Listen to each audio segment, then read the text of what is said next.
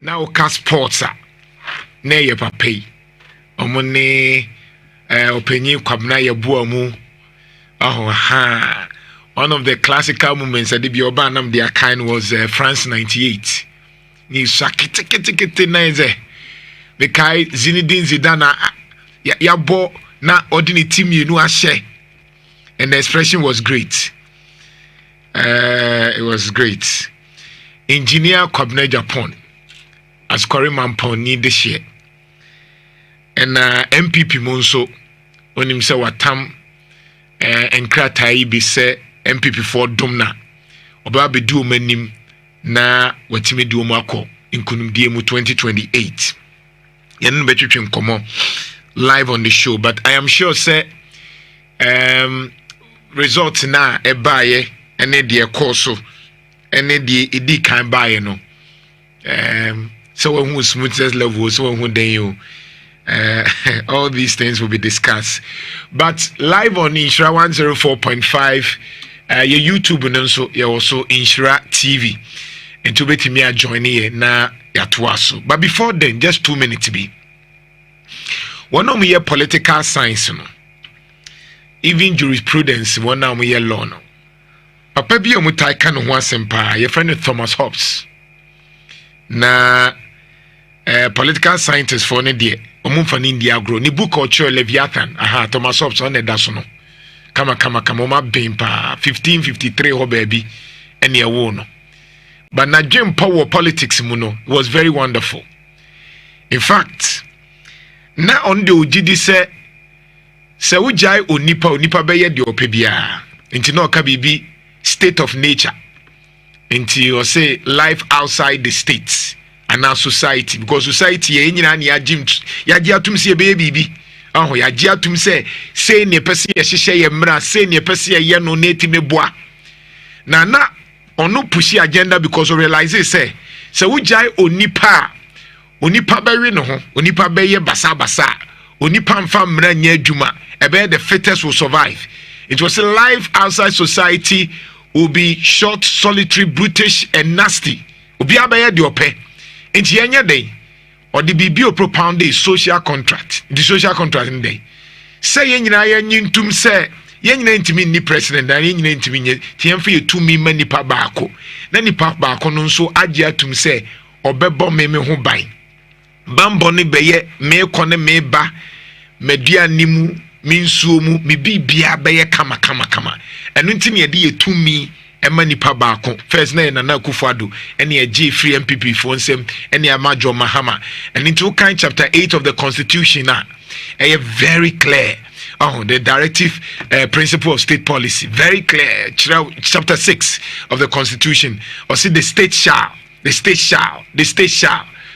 akeka ni nyina bom say wo ma ye ho atoyen ya disua mu education ye kone ye bani nyina no the state shall enti when you cry ngia state no afeli and enti na akọ UAE na sefo na ye minister of happiness say ono de won hese obesori anopa no ani age na say ye catch you say Ghana wo hwe ye happiness ranking number 120 something there's an average Ghanaian na ni nge.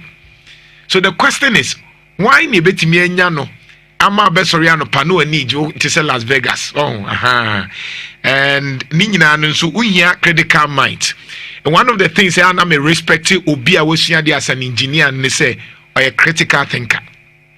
Unfortunately in this country no or the 92 for the lawyers ne ho ya na dia mo bibia tente, but when you have somebody or yes scientist or the hypothesis ye adwuma or analyzing issues or why analysis no who say okay we confirm me and say it doesn't confirm or on sorry no aye bibia such minds no you hold the forth into China or Germany na say for na ya show mu leaders no ubon say sankofo no either so was science background or engineering background and that's was our background no.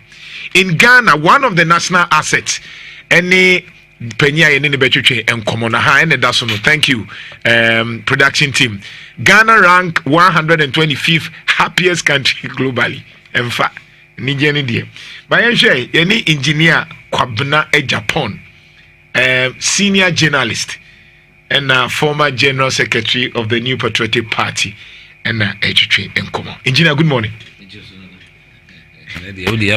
History say Jawabi Timebe was a mission kakra. No credit. I said, well, do not work any no credit. That's it. Now, Aquania to the chair, or her phone with tea food, baby, all around the world. So, platform me mood. That's it. And another buyer, Median coupon shra, Nashra Ubia Baku. That's it. Meaning, say, you made the bin soon at the Obaha. That's right. A year, Yana Nako, Korea, Squareman Pong. Not as a breach abo. That's right. Go with me, I can same kakramai. Say, Nana, what chance at the bra, you mean your penny. Your penny. Bebo a brapa. Ko baby, now boss common pudding, now born and boy chance. Now, wow, free honor. Show cry. Feel a sense of pride. Right. Still can reach a born and say. Weekend dinner, or for my quine say. Common Bank so any ni fa fekuno on a dano. Ne very important ima utumfo. Ni bia ni ma me kra afrima ko no ankasa no ko beba. Okay. But smart true be by. Sie no fefefe bibia ko so boko. Sri Nyankopon say adwuma pa obedi ye na enunyam de share ye krum. Yemfasa enunyam na entwaso. Na nhihye bi e wachire bia na ebe ne fefefe na as a testimony to ono a memorial for ono do yemaya to pija as common see fefefe a ho bia nim se Ghana opekura honsa se munye basabasa we akọ asokono ni kwem say now can ono ya a trained technical person to say architect inti no we are very meticulous epenima pepeye sise ne meyi that's a confusion person ade no ade ha dwen na city a wo kan from history na sa na nipa su ne ban etie inti na emra ewo ho rule of law so any enforcing order and discipline say pepeye because nipa de uja no I say usa we de hwen kola now de bibia ma no se ni nua e begia hwen to kwane sun obesun nti man a natural in say a very acquisitive baby I am here na oji bibi ma ho na nso ubehunu nyame na usua de a na ma o kaise o ka society no mrene do Ghana for no ese yesisa ye orientation makasa asem we bebre se enye me ni hia yen ni hia ye ka amano ne ni nkrenkura ayeyi a ni nyina agina se edikanfo no omo edi anim no omde omo bo afore ye adwumaden ebesom sam ye nim fifire se ebeyi bibi di aboa oman no nti me de mesre I believe I'm a bridge between the beginning of this democratic experiment because yes, starting 1991-92, na me abrante pa under 30 years, and so I played a very major role. Na me ka ho pa, and there me can say over 30 years na mrante na eba no. Me ma said any say, ade dem enu so kese is to bequeath to them as ye jawn bibi no mo kai. Say Amine ye and say politics a friend AkuroYiMuNsem. Enye di ubenye frimu ne hia. Di ebeya yebetimi achechire oman no ma obi ati baby anani age. Ene ranking index here by.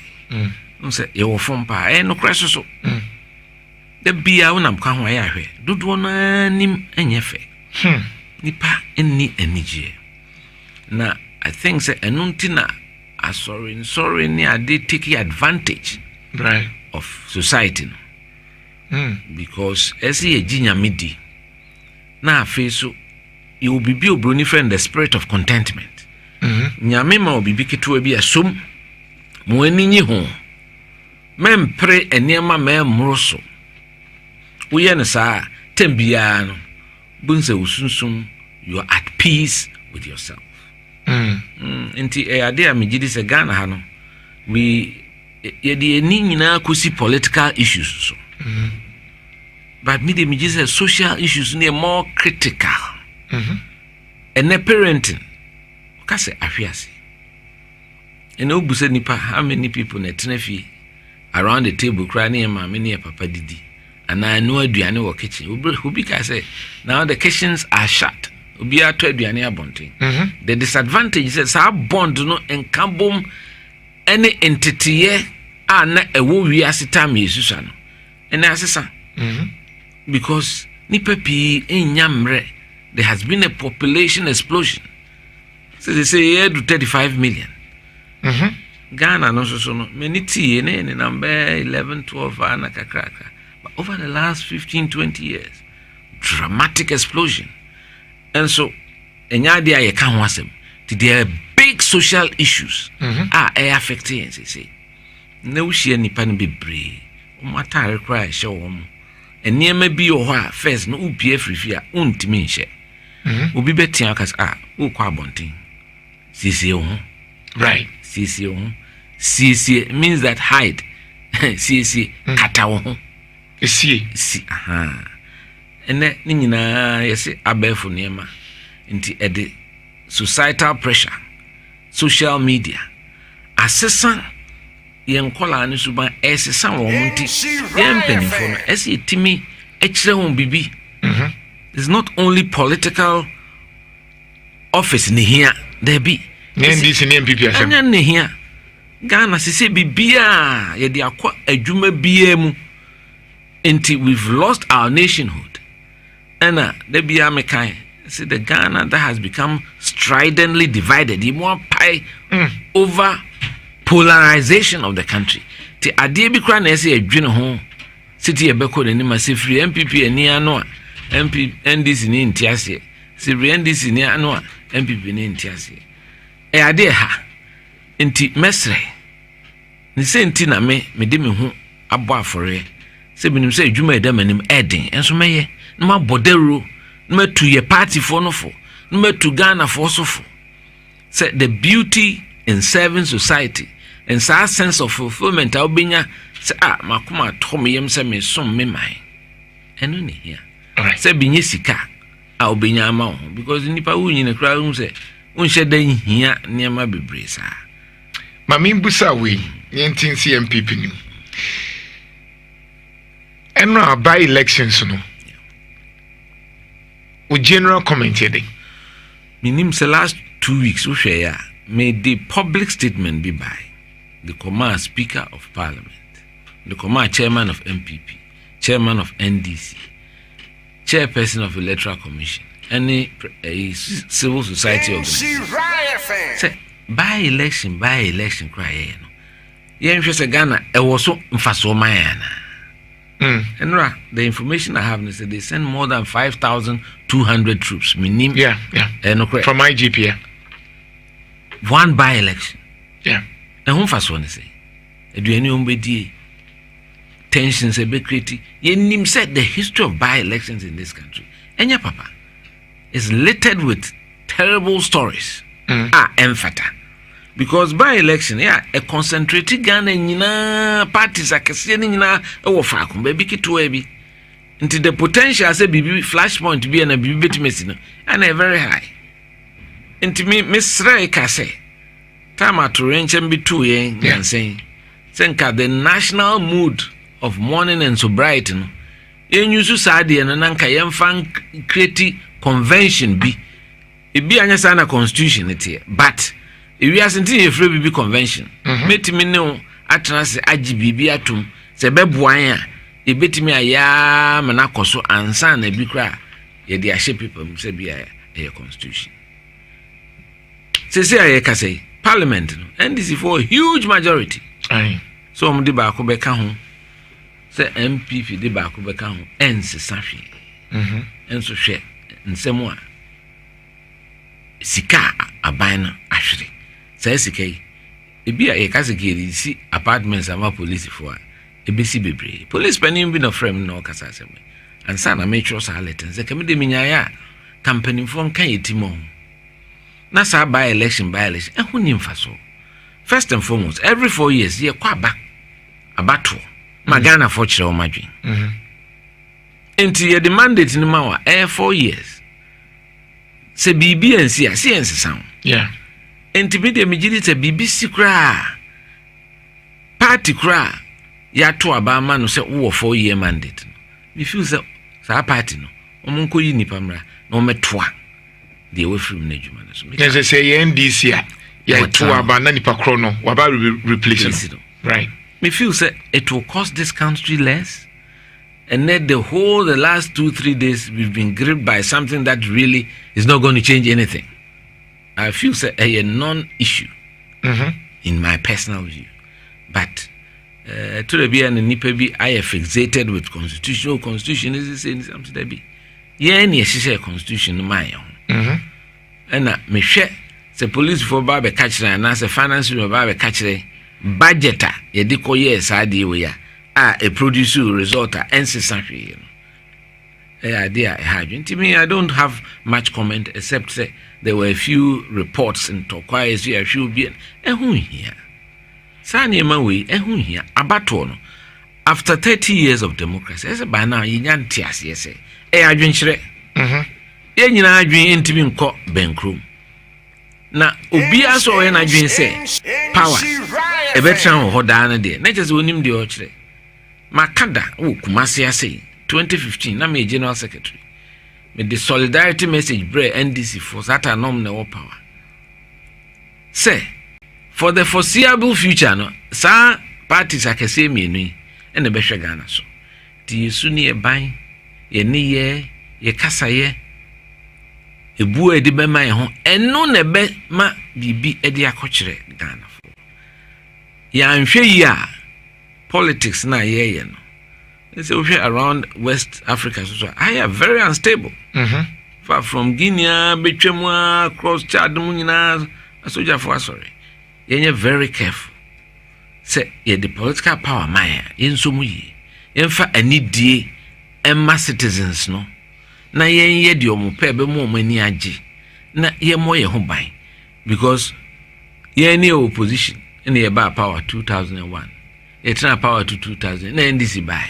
na yes about power to nti yakọ power about opposition akọ power about opposition the Americans do dia power no ye de mawa enje se utu akọ esoro uti asase su a woni eneti nti man crofo mpija ye homa itrimu nya ye de dodo about political power eno na ese o man no ena ye Ghana for no so ye ka ho okay ye enablers the brony friend enablers. Yes, so. Oh, say what they obinya to me. The way a nipa to dinner chibuka say wadani nyame all of a sudden. Me a press secretary na me mfwaso sakra. Me pesa. Me cry the you cry the motorcade cry man use be that. Na your time so na ntesa. Say na nkofo che say we are too fine to be a politician. Sa only political mind because wo politician dey otua. Politician dey nyoma bi wo hogum. Ba bibia wa ye calculative. Kobren Japan bibia finchim yem fan krata paper ne sa de man onye politician. Debi. Sa na nkofo ka. Sa na nkofo ka. Esa about the discipline be too much. Na sa na e chichiro man. We say we debi sa na din sa na discipline dey emwa party. Me mpe enokre me mpe enokre. Na mani so edin na o ya de nenya me catch ro me fancy you with me what you get what you see is what you get no tricks no frills sana ese town man menye sana nkofo ti asio ye na ye mo na mo media no so mo ka ye de ese mo boso aboso ba na ese ma ijapa yenye sa ese mo boso a magana fo nya ntiase ese de me ka no na e papa ma o man no nti mu percent ye tweetwe ska ene o man no ye nhwe de uska na ye mfre ne so o medi o man ni o so nsearch ye din me nsearch nye din o mu ni nipa ma hwe won Ghana ha wo school bebrebe ebi okra me ni mom in fact eyi ase mpanimfo bebrebe da ma se ah wona kufo time na o ma me adwuma o ye se o ma me bayis me bo nipa kra won kai me bo nkofo kra me ni mom nane na wonye hu didi because obi ya we hu didi obi to nso kura na ye hu so ye didi ehu ni mfaso me de mesum nyame hu nyankopon hu de meye eno ne hia me ntina da bia na nkofo say na wo de wo nyini so ye hu se wo nyini na me say because me wa akoma pa me time am de akukudro etigina wo Ghana ha 1992 aye pe mema omo aye dede nei se no motias e bi anyinse me ade no manya akukudro se MPP ninti ye pe nipa ko kasa ama Professor Dubois 1992 obi eti dai me di mfie aduasa me ye adwuma wa Banjum Ghana Highway Authority so me chira akukudro chira se me de ho bo afore even at the risk of my professional development as a young engineer. That time na jeje obi esuru no.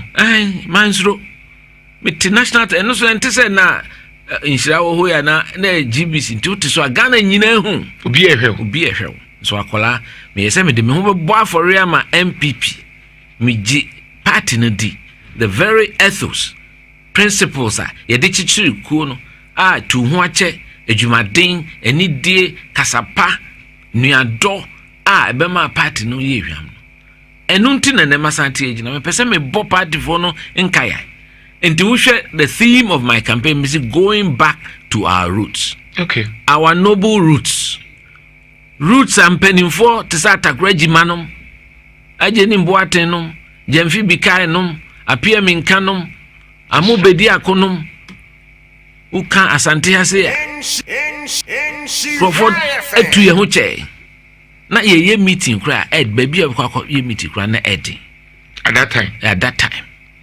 so enso so ebinum sacrifice eton ye dan ton kran ya tomia metoponom AK Deku Stephen Kreku pani bi wo that's right CEO nyano J Addison ede abreye na hyenenso se yegusu a yehwe efa eye stress no kwan befa so a yebetumi amanage ye ho ewo no ma eta ehye ye so enoma pinu a ene ekomu aya na akoye ohaw bebredi ama ebigya ya tete ebigya ya obre emu ahodo ni nyina no ene yehwe kwan befa so a yebetumi amanage ne nkakran na anopai dia yebehwe ne se etwa se we ensure proactive communication ene se etoda bi anoma ehwe wo so noma sabio ema obre stress no se empu eye waware mu se ye wadwuma mu se ye bibibia oye bia no etwa se sede ehwe wo so fa no utumi express your feelings no ema wo mu a ebia wo mu ne ye bi ene onoma na mutuo bi ema edisa ohaw no eto so no ese omo mu hu ne ekoso anase ne omo ye no ensunsuaso a ede ema wo se be ya ebia na nipa bi wo kra no ade a wode ye wo no onim kra se de wo ye no ehaw anase de wo ye no sabiu etetew ana ehyew so enti se utumi ekre be assertive express your feelings manipa ne hu sade a wo ye no haw ne mumu be ka no kwampa so enye ni mu abufuo so ne mumu be kire de enti asade na o ye no emmoa wo na etete wo enye se obe ka hye mu na se 1 minute na utim na ehye mu na paewo eba ne saa edbeduru ba bi no ensusanso e de beba wapomuden so no eso enti bia mekan adwuma bi na awom de bia e bi kra be ka cho say your assignment bi yen kan kire wo ntem de bia ye de ma late na the pressure beto so e the stress beto so why ye sam de bia because sebe usuro se obekire wadwene anase obeka de etete wo no enam so saa de wo ha obebrew ti bomoden na obebie wano aka no kwan paso ene ani die mu se bia me pani ana onipa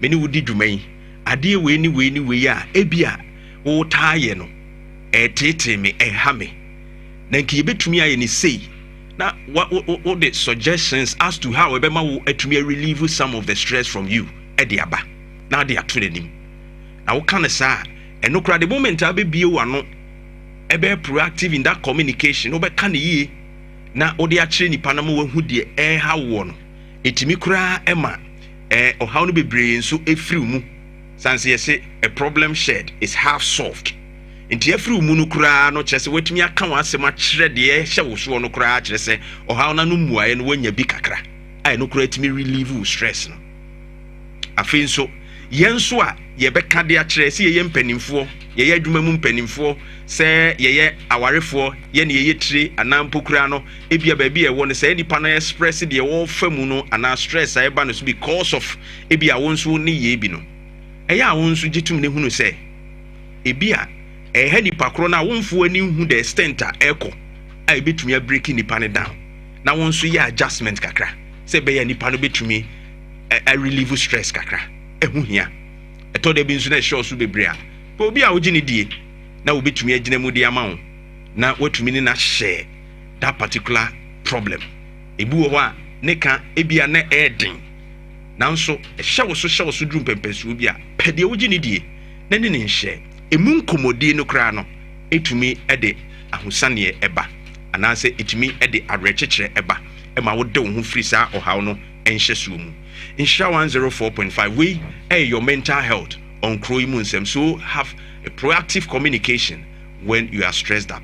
Now circumstances lead to you stress no etumi a managing ye. Meaning the Barima Kofi Dawson. Utumi from Yakokwa. Sokoban Fatilo Atrase. Sokoban. Champion Akokwa. Sokoban. Champion Akokwa. Now we say ene obagu kan kam jemi die o. Ase man kai kura. Na wohwema na game ne betumi akose se kudu zaba se menwa aba na ba ku yi party onzo aba oh na ese yahye ye be hye oh ye be hye be yan hye kura no be ye 2 die yan hye kura no 2 ne ye be hye 2 ne okay ye be hye 2 ne 2 goes to ne na gets up na that moment yami adoma Monday. Okay. You give me animal libabono. Me concran. Oh, we concran. I guess properties. On sponsor. On sponsor. Oh, wonderful. Nana sapo. It was a ne. I was a team this year. Must be 4. 4. Aye. Also more like mobile ne show mo 5. Say me miss list no be 2. Ti be about free 3 okay. Ti ye be born he? Ye born Chad. Chad wa. You mu ho mu nti yemfa 2 no. Okay. 2-0. Eno de the list e betumi ahye. Okay. No na me gina. Iti eba mu saa no de ano ayo amamre no. Bra na say. Bibia fanti enkomla. Yenkomra. Na see Black Stars there. Insha o. Na unim. Akosia. Oba pa akosia. Food diary e o patasi. Vivian J Street wo. Okay. O see ne Black Stars. Say omo sha. Yebedidi. Okay. Yebedidi. I can't tell me. Eti Say born at 1 p.m. Tea born at 1 p.m. Enti ebo we are your time bebre you be kwakodi enti say ye boa ye ho me yi me yam because said ye be hye okay we discuss wa boa no eni e be didi o se ye hye nko ade a o discuss be go wi so this guy na ne guy no man nyamo ono ni bongo okay the package ni are different so we too ye ko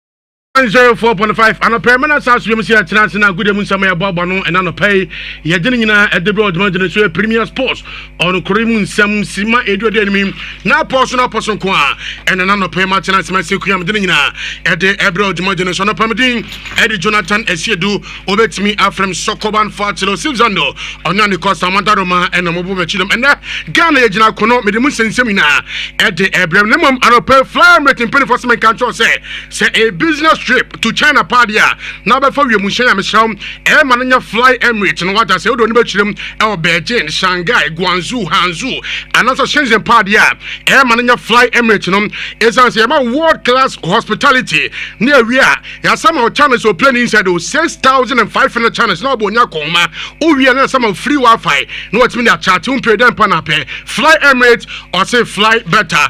Testament can't say any test into Michelle and first the Tanabatono, Jamal 25% discount. 25% discount to you phone.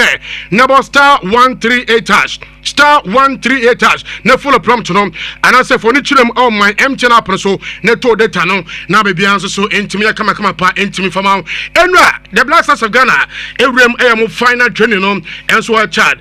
Na nyame and then 1 p.m. Chat ebetena fie no ato nsa era fre Ghana. Yo group I. Na other games no Madagascar ebetena fie no ato nsa era fre Central African Republic. And no 4 p.m. Now fe nyame aduma enyume no so 7 p.m. Mali so atena fie na wato nsa era fre Comoros. Na sese no wo hwe ye table ne pa de Ghana. Ye di kan e we table no so na emrepem maybe lunch na ama no so akere wa dwan na Ghana sen ene yenso so ye betima hye ebefa ananse entimi emfa Ghana yedi kan yo 15 points. Comoros etosumienu omo 12 points. Madagascar etosumiensa omo 10 points. Mali etosu 9 omo 9 points. Central African Republic etosu enum or 5 points and for Chad enso eni ababia. Na uruma coach Edma Black Stars ayo penefo Otwodo. Na Otwodo say Chad game na ne yaba mu madi pini etimi sha ebetima boy na bebianso so etimi aye fine. Yeah, sure. Anything else doesn't make sense. We have to do our homeworks now here in Chad. We have to win this match to keep those who are behind us at least with the same points behind us. And if we are a little bit lucky, we can even extend the points. So we have to do our homework, and the worst thing we can do is to underrate Chad. I hear a lot of people talking about Chad as if they're not that good, and it's an easy win. People are already talking about the World Cup, but I think this is the biggest mistake we could do, to underrate a team, to think we have already made it. No, it's hard work. It's going to be very, very hard tomorrow. It's going to be hot. It's an AstroTurf. It's a different terrain. They are at home. The fans will be cheering for them. So na baby ebesi akano e o Chad no Stade Olympique Marcha Idris Derby AstroTurf na coach Efuno Otwodo say pitch no enye I say pitch na eno wa ye pa say CAF agitum say nkosi akano e honom na pitch no I say concrete concrete pa ye go take coach Efuno Otwodo. I'm surprised that CAF allowed this pitch for an international match. The pitch is really, really not good. It's very, very hard. So for the players, it's like playing on concrete. But what can we do? We have to take it as it comes, and we are prepared. We observed everything today. Like I said, it's not a good AstroTurf, to be honest. Nowadays. Now, coach, I capage once a month. The last time I Ghana, you know, Angola, editing town, so Banya sports room will be a capage no net. Thursday, saying, you game now, Angola, say about I'm a Ghana intimate. Yes, our coach. Now, we game no fun back here. I said, what is pitch? What is pitch? A great disappointment, disgrace. You know what is saying, I mean? You know what is saying, I mean? Se Kumase. Any Thursday will be up on you, my baby. My member phone line is 0322083581 83582 and Ghana saying and now you bet me and so Ashe. A great disappointment, disgrace. You know what is saying, I mean? You know what is saying, I mean? Se Kumase. Any Thursday will be up on you, my baby. Just what they one go shall you yeah who we are the abeshese pitch what is pitch who catch a pitch who we also catch a who's a catch a changes in a you know psychoyan in tema na kebekasa kiayen tema we coach master coach when you ready so over here you want the master jao. Yeah, sure.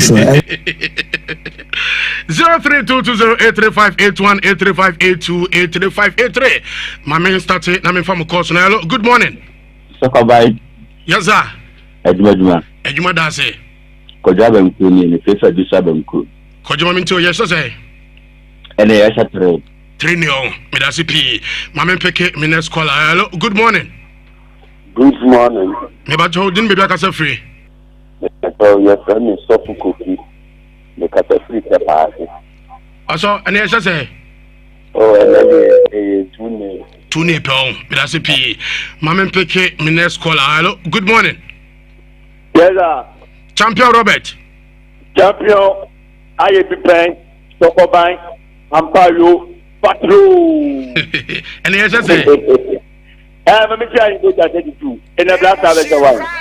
Ekomeo. Okay, me that's it. My man became next caller. Hello, good morning. Good morning. Also for Abraham. Adasi don't pass you. Also me ton catch. Ai, tu me catch ja. Ajman dia ne de mozi kabaka.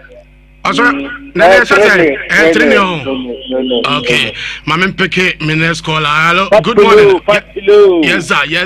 Good morning. Yes sir. Yes, Premier Abdul Hamid, me kata fili ya joka bi no fitrim. Ne 2-0. 2-0. Me aduma ta vene beko. Okay, my man peke me next caller. Hello, good morning. Morning, fat low. Nana o jambo ama. 3 goes to work. Sao 3-1. Fantastic. Mon coffee question. My man peke me last 2 callers. Hello, good morning. Hello. Good morning. Good morning. Odini me be akasa free. Me kata free search the people so one mini and they share back up. Ekumi. Okay. My man peke me last caller. Hello, last caller. Fatty low. Yes sir. Midnight chief. You don't have bomb and it's a cop saying and palm number. Champion chief no. Champion Fatty low. Mami tiwe. And then they are able to near the any branding melody and so. Okay. Medasipi Champion Joe, agent Kasiapa, Ewo Atonsu, a special good morning, Enko Enfa, Emmanuel Pamedin, Eddie Jonathan Esiedu, Obetimi, Afrem Sokoban Fatilo, Mesoso, Nana Jantuah Barima Kofi, some of the KuroYiMuNsem Jimajino, Etimi, Edem, and then the Ghana Yesrema, Munyana 4, Enfa, MIA. Someone knows Kappa, I know a businessman. On or win election in 1992. You know, Professor Dubois, a teacher in Uniska. But na dream about Bill. Nipa Nyajidi Wunimu. Into Yan Sam Metuasia, and yet delegate me Tracy Cabina. Nihosa. Somebody who is really qualified. And no, ya crying in Nihosa. And name Morososa. Now they call Tamale, I'm going in Nameda Hospital, Scaben and Namidria. I won massively because party for no. Woman suma masum ekwe and woman say me obi a me achiever me a deliverer I'm say what can be ha me adwuma bi e de ma me bi me leave impact. That's a fact. Me timi aka me mfa ntumi ho ahombrasem say even broadcast journalism sports broadcast journalism me trailblazer. That's good. Yeah, that's true. The first time I hear World Cup me it was my idea. And son, in fact, make up Pesica, the betua. Now, me, GBC, send me a part time. And the commercial department for the make up. And I'm saying, there be an empty TV, so me, yes, sports allies. Miss you to name it, and I said, most of Mam's candy. Nam Kuhum baby for a diva shirts. So what did dinda? To home the mammy wardrobe, and Nam de Atoise, wardrobe provided by a diva, the commercial department for some TV that. You know, Mokasa, but that was the beginning of. Sponsorship on television in this country. So, and it drew 1990 World Cup. Not Ghana for a World Cup with that live. Debbie, 1990 was the first time. 86, there be a boy, now they are a day or two later. Because you're free, a BF friend Utna, regional organization in Africa, only craft feeding. to one kutia fama life timiko me GBC for no kasai say look no me tu kwa abrochi me hu se we me pese ye bibi te sa nti set designer no ko be director of television a friend of Mike Amonkwafo. Even the way the set was designed, I had an input because my abrochi hu sitia omoye na am say be panel discussion nti me ko hu Jacob Chibilamte sana ono ye managing director of Lenters, one of the biggest advertising in GBT for Hinska. No, saying how are you going to be able to pay sponsors? And then so we have a discussion.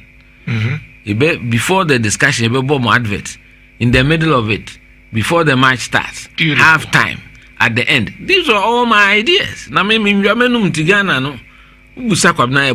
tell you. They will tell you. And the way I remember Papa tell me, met this before, KuroYiMuNsem, kasa bebree. But I can tell you that I delivered that innovation and abaye normal. And they say bobola bonso panel discussion. But engineer, my question, no question. Who can we know? This is the first time I met Sanyomawe, and it is good for even communication students and broadcast students. That's right. My point is that, and then baby Edri and obese one ton ho a obi nsheda no kre and amadede fui yeti omunka than you, but these are legacy issues. Yes, and they nyina kra you so GBC in their history.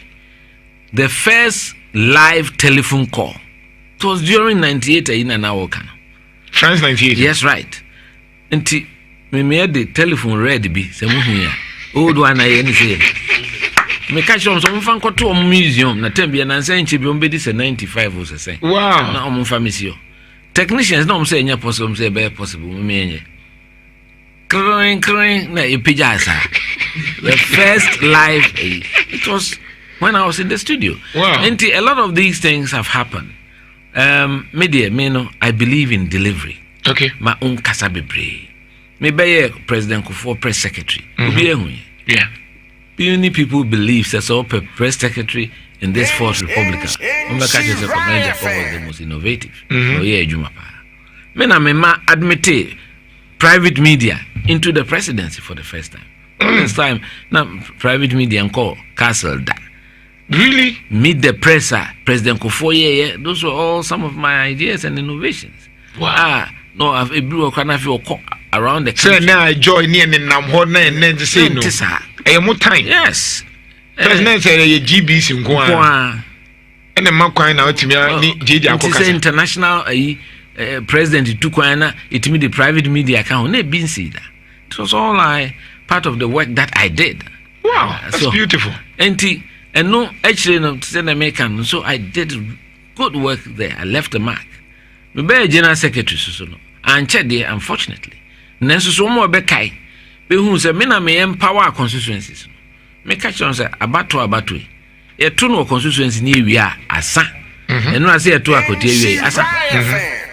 Region yen to aba ho. Ye keka bom arithmetic keke. Ni nya say Eastern region mu nya say na Greater Accra. Intermediate party no ne fapi mina ye constituency. If you are na call electoral area, na call polling station, oho na ye to aba. Enti me BA accounts because say President Kufuor me nante ade o chere kwabra political money you be a friend of handling charges. Do this man e ko na ye teso. One where I could drew baby. E be free kan be drew kuma na pia kakwem. Enti me said there be as general secretary. Then you should Ghana Commercial Bank. Omo you baby. Enti me ma every constituency be account. Wow. They are living witnesses to it. And I'm casting nipa 9 any signatories. So the first time my MPP mu. Yes. Yes, I did. Some be accounts. Instead say they be shady pansem. I know I'm a certain regional chairman be na omo. I na make engineer. Krata asem. Me catch the omo say. Krata asem. Yeah, here say the bread region. Yeah, the mu dey bebrem. Mu say the ensem mo hwe say enema akoduru form na. Wo mu dey ye adwuma pa. Ana man conform pen. So that time me yeshe primaries no one to say chinchim we presidential primaries go smoothly. Before the winning 93% plus. Parliamentary primaries one day it me year 251. Yeah. One to say pin cry at form. Yeah. me free makonya so na aka enan sesen pen ne enye nti ye koto aba 2016 nya 2169 e adwuma pa ye jade to ho eno ho mfa so ene ba sa no e free hoi so ho baby a ne e dia bedu nti se pepeye ade a uye ni ye odi adwempa akoma pa wo hisi ni fefefe no e very important na ye party no se nipa bi abamu a wo amse omo nim de course ansa na party ni bedru ba bi abedru okay pepeye very important and esemutie the party for no ka any the Ghana for ka no respect your views untimi emfa force en share obi se chinchina wo de kura me ni chinchina age me de me hye wonsem e kire say breaking it down kakra mami so me kire say omuntu ebo no omuntie the Ghana for any party for eka the last election yin nyina say party for bebre Jantuah ba se si na metie a lot of in our strongholds the turnout was very low even in Akwetia. It means our party people are still not happy with the state of the party, which means say as a we have to make changes to what we are doing. Bruni Beka said you have to present a better version of ourselves to the people. You can't continue to do the same things and expect different results. Intina medeme ho abesi ha no. Say mo pe ubia musumana obeye adwuma he has shown in his life with the MPP. Say wo de adwuma hye me sa meye. That's number one. No biso onim party nim from time I chichi party edubu ahen time sua bibia free mpanifo eno na ma metimi deliver. Me free makonya so kra me koye Executive Director, Ghana Institution of Engineering, for close to 4 years. Ubi our engineer, Ubi our Kruma say, Penny, he left a mark at the institution, PIJA organization, to the extent of West Africa, Federation of Engineering Organizations account. So what we need are principled, serious-minded leaders who chase progress. And yet, afefe dieno, and I say, Niema edi mantami ho, ene hiaye. Me, I'm a believer and a loyalist of this political tradition. MPP. That's right.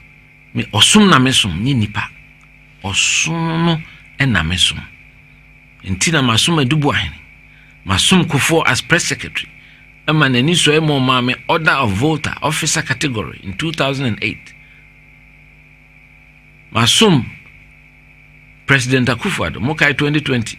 Meneno ne chin Ghana he nyina ewie no se obobo nipa wanfa me anka ho but man kasa motiva no kasa bi se me kan bibi etia party na da bi the party na meso se eye me first party no power na KuroYiMuNsem so call round for Bawumia so eno no ho asem na kame bekan okay me gina bi in 2023 once party na decide say ono na party na choose no it is our duty we a party we a patriot that's all sorry me yima kumam ni chin baby a e bi free party no e bi te die na ebufu aba me na me frefren Kufos look one na party yi no election there yeah na you don't have a perfect scenario right and you pi ko chiw kakra nanso so enya yi no there loyalty to the party the eternity. But sir, it's very important. Engineer, Obi so beka say manya fair to Ghanaians.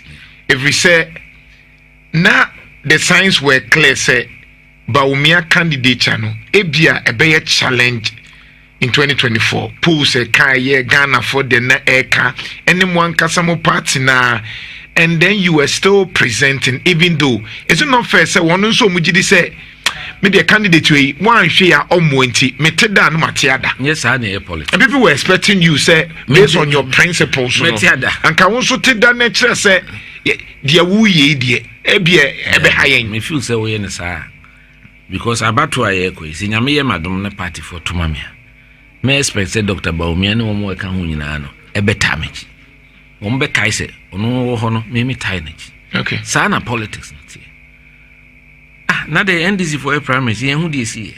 ensemo a Dr. Dufo ne Kojo Bonsunum kafa mahama ho ana mu refi yenim enso so mu nyina bedi na chi ene omom ba bi ginabia wo omu ne administration enti democracy ko America ene to be catch us Rubio ne be secretary of state to Trump akabejedi David enti eno de me feel say wo dum party if you are a patriot of your party one na sa wo jikambima minka bi na ye to aba na dodo no e decide say esumesi ne pa I feel it's your responsibility and your duty to support that. People feel say munkamo tradition no obi ko baako wa anyi ya musa aboa no e ma ne to aso anyi ye kura mutime boa no based on tradition na bia anye sa ne tie ye to aba nti wo weni a na okọ Akufo-Addo ye to no so aba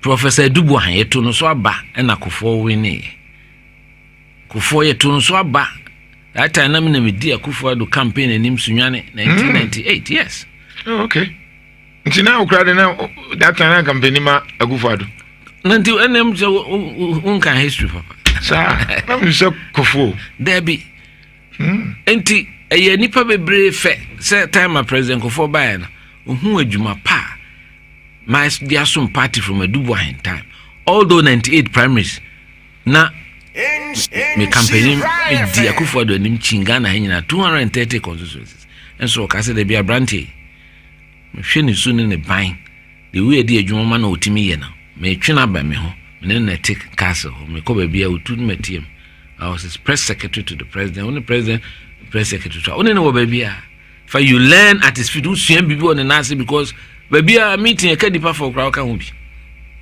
abrochiro how so the kind of insights a wunya any experience a wunya no eso so intermediate party no na mesum na mpese enkola na wa akire ni nyina nya saa adwen no ma enkoye se ene udi obi achi nti da be nipa no ensan ka bibia nhwengu which is what I see so enti that is the reason why I feel say me role in this primaries here very critical because me obi a metima bring a party ni nyina together right meaning all the leaders of this party aye adwuma me no bia so good relations so ho dem show no sa so na me feel say you know right let me page party no and kabom no enti ene I'm starting my what I'm calling the unity dialogues ye beba ho mamma nkofo hu dem ne twetwe nkomo afi na do afidi ato ha ye nhira 104.5 me ne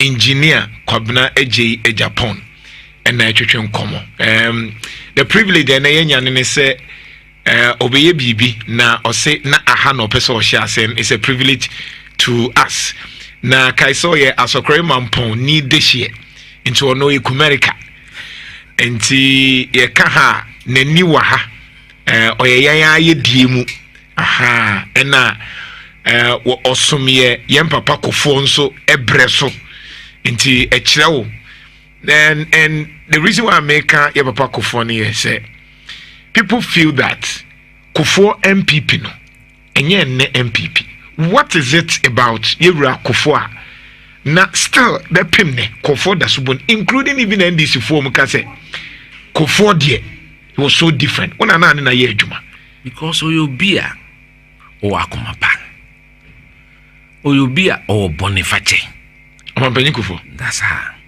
mo underline you misro oyobia nanka me di animu pa say yenko challenge no na enyi no free ho in 1998 sunwane na nya asem ketwa you go around the country me na I was virtually fronting for so ye mpekofo man ka say ye mpekofo ye say ye pe Akufo-Addo okay much you different ono Akufo-Addo na ye mrante me so ye better than Akufo at that time ye free say na social rolling zoo hwan he obi na ni social na na di Akufo so okay nti ni ta na chi dodo na na wo young executive forum from ayina na dodo na yeta na chi enso so ye to aba wie ono ana smart jikobiche bilam teni campaign manager on frame nti adverts we national television me na mete so voice overs na ni nyina ye we mu nyina na ni so in fact me no san nya agide o musuma me se me nko strong room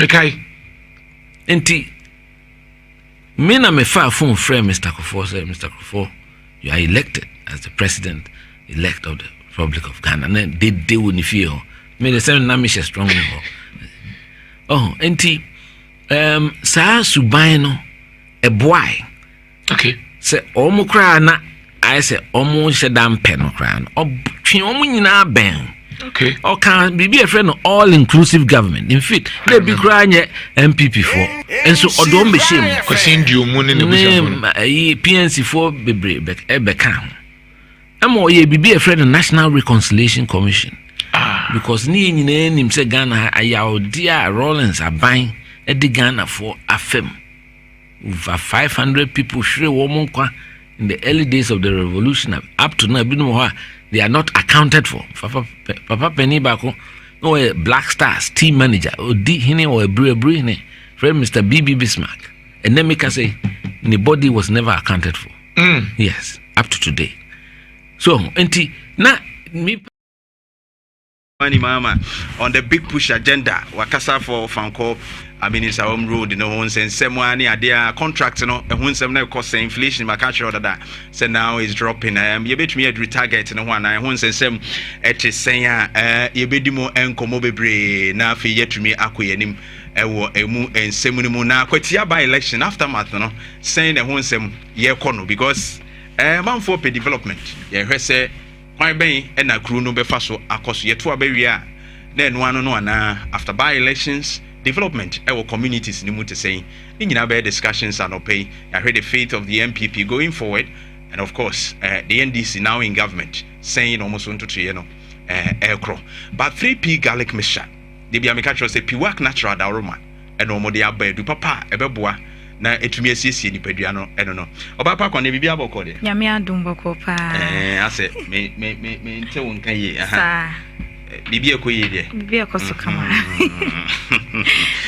piwa fo nyina ho ye bibia ho den se doko ho ya chia no ma me wa pacho mat me catcher de ni esua bibia mo cheche kakaka me da se ene ye hwe si che ya de right diabetes ya de bonne pa ya de bonne rough etimi de how be breba easy fire from kakra me da se ma me ncha wetie fo ne wahwefo anapain so 3p garlic mixture free piwak natural health garlic crossing e dia ye doni en fanke jamfen sobian frame enu timo ahoden no ejane na so na eye ntinim akomam na moja mu adwuma o hwe me wotie me wo ya de bi wo ntinim akoma ne moja nim de adra me kamfo e dia ma 3p garlic mixture eboa na busi immune system no e dia ma enu ti ade friend ya de no entiment na wo so abra wa no nom edupai bi se wonya nto bia me sorry ya borura pharmacy shop bia eben wo kopebito enu abusuafo nyina nche nom emorent ne nroba ahodo nim enhwe se finin keka wa bi asisi mu bia ma moja ne afrisane no ebe free akọ ne mu ada ho ama moja ne so etimi ede afrisane kama se ne medi kan ye no enne ye hwe diabetes ade friend se esitwe yade ye boy yade we din adwen ben ene ba otium ansana no je doctor number na pay friend sisi a ne ntwetwe nkomo ohaw ne yade na ete wo so na wohunu de wo de fa no wo de cheche mu chere doctor obeche okwan a wo de ebe fa so doctor number A 0248928824 0248928824 say ya ka diabetes asihwe ya de ampempi na ya na adwene ba yetim ne se asichire a yedi no ene ma yenya asichire ya de obi nim se asichire na doko niema na ya na yedi no ene ma yenya asichire ya de enhwehwemu bia ne we de aba se asichire a yedi ene ma yenya asichire ya de na mom ya na futu ene ye de kwama ye ho se oyo obi a we asichire ya de ne de na asichire no esu ni mfaso obi ya emma na nya asichire ne kofa baaye na mom obi de asichire no esu ni mfaso obi ya emma enuane fa no a ye de koyem ne fa na da ne glucose na ma ya hoden glucose no esesenya baby tena ewo unipaduanim ade bi unipaduanim my friend say insulin eho nsese glucose no etena eno nti wo unipadua no entimi produce enough insulin in mawa glucose no nya baby antena bonsa na afra umoja no ekwa baba sa pe ene e kan se wonya sichwe yade diabetes no ebinti nei wako hospital ya body actual or diabetes and now sugar level no yes say was social dia mesrel tutumrika bora pharmacy shop na ebe no na kope 3p garlic mixture ne frasie no nom na emoa enyi sa how we emfre wo so na esicho yade no enyini etimi edeba unyini na wompom no eyemre ni padua ne timi twetwen yade ahodo pi mo no ankasa ne ho enu nti enyini etimi kofa yade edeba anya sanso a ebi abusua ofiri no wo de ye abusua yade wona na bi wo fa bi ewo esicho yade wo so timi nya bi ewo sa kwan ne so na ne nyina mu no eya hweye udidi ye na hwo ho so ye na wo de adupan so ebo ho ban se de be ya ebeboa na yade we ebi ento enti ne ma mabobo so itimi de ba enya sa ya ne de futu koma wo pa na judidi ye jai abodumi no donko mesrew aduane bi ade beba no ensom obedi o owie ya wakyea ne wato wada aduane no entime digest ye enu nti obesori nso mogya nso entime ani afusane ewo nipaduane mu ye de bia na de yade ahodo abrel o show ho so ye no na wononom edupa no enu ane 3p garlic mixture we obi a pensa den no ma mesrew eya na watwa so obi se ma me kansa na se meka pa ensa ne ha adwene o onumere ni pedue nim sa wo de obi bi nti na onumere ni pedue ni meye bibia ma ebe ma refi wa dwendwen ne wo ha obinya sa na etie ewo nsunsun so boni nya wo ni pedue ne so etwonchon wo ntine e phone ntine no emamu mie na moja netimi afem akwa ba se de se enu nti abribia na de yade ahodo abro na emomu jan sante ne nom ne so na wo hwo ho so ye wa pedupa ne so de esi watifi enu ane 3p garlic mixture ebeboa abo ho ban efri yade ehu ebi amebo doctor number kane no wante me sign dia to jafa frenesia emfere said de yade no etie bia cheche muchre doctor waye krado obetio na waboa doctor number 0248928824 0248928824 eniema beni peduane so abon se siche yade diabetes no ebi ena to many say Johnson tantam yade de ne ho jim sa we oba we be ma na nya Johnson tantam yade na nkasa ne bia to de a ebi ana siche yade ne ho nsunsuanso ena wo hu anasa be ma sa nya wo prostate ena ho aka ena ma wo Johnson tantam de a ena ebi ana siche yade ne ho nsunsuanso ena wo hu na watutu meka akope 3p garlic mixture edro ni bi esukom ene kom ta de won tantam pa eduane ni nsuo na wo no mawura wo ye mama na so se ni nkakrama hoden no ewremu anajonso de no ajonso ne nyina san ba bonten eno nti abribia hu sa oyefunu no emuaye ha ekomodew esukom edew onemu ne wonsam eta ye tititi wose mehwade ya mehunu ne papa mani so eye mewisiwisi eye siche yade ne sunsunso boni ne bi ena wo hu no obu on ma be ho anasa ne so ate prekope hu ade bia aye no ewo ho ana ne so ate onyare hwenya no esiche yade ne ba so a ede sunsunso boni ne bi ebrew ekuro nso to ho abonsa ne eden ekro ne beda wo betwiti sa enkoda eche se siche yade na bani peduanim no eno na etete wo sa na honam enso ya wo mere Mr. Edroni 3p wate pebito na emwase KuroYiMuNsem a making enam say yesiche yade nti kro ne to ho a ne ko eden ti de bedia ne se ya wonsa na wo nan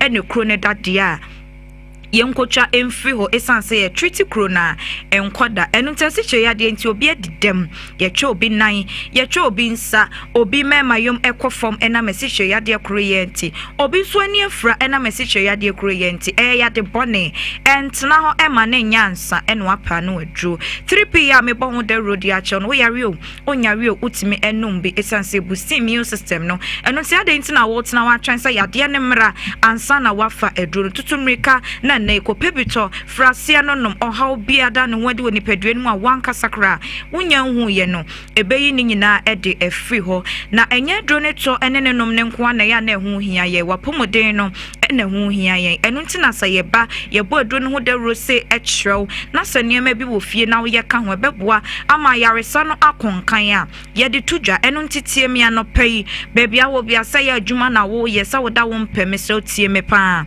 Dr. Semen kanche se unim eye better leave wonyo no ahahan na ope wonyo ahahan be se edu fa nyanya kakra fra nyanya kakra nyanya ye bi chechire de bo won koya no so de bo won ho ban ya wo de fra sa bitter leaf no eye wonwena ha han du na wo de akakadro ketua bi atom wo de blend no ne kakra anopa enwumre sa na watwe me ensantem no ensachira ye bi ebeba wa pomoden ne so eye bitter leaf wonwena ha han bese edu na wo de nyanya kakra afra akakadro ketua bi atom na wa blend anonom ne kakra sa ensachira papa ebeba wa pomoden no eso 3p ne so enye diabetes ne nko na esa pressure yade na ye kranko ete so na ye wo se eni da so asano ebetu ede afiri sanse ni nyina ye moja eni afrisane ne kofa eba ye o stroke yade ne nso ebe kwa wabra wanonom edupai bi wo de general body pains whether na ye nwunu say no untimen sorry kra enko adwuma je se wia na pie kakra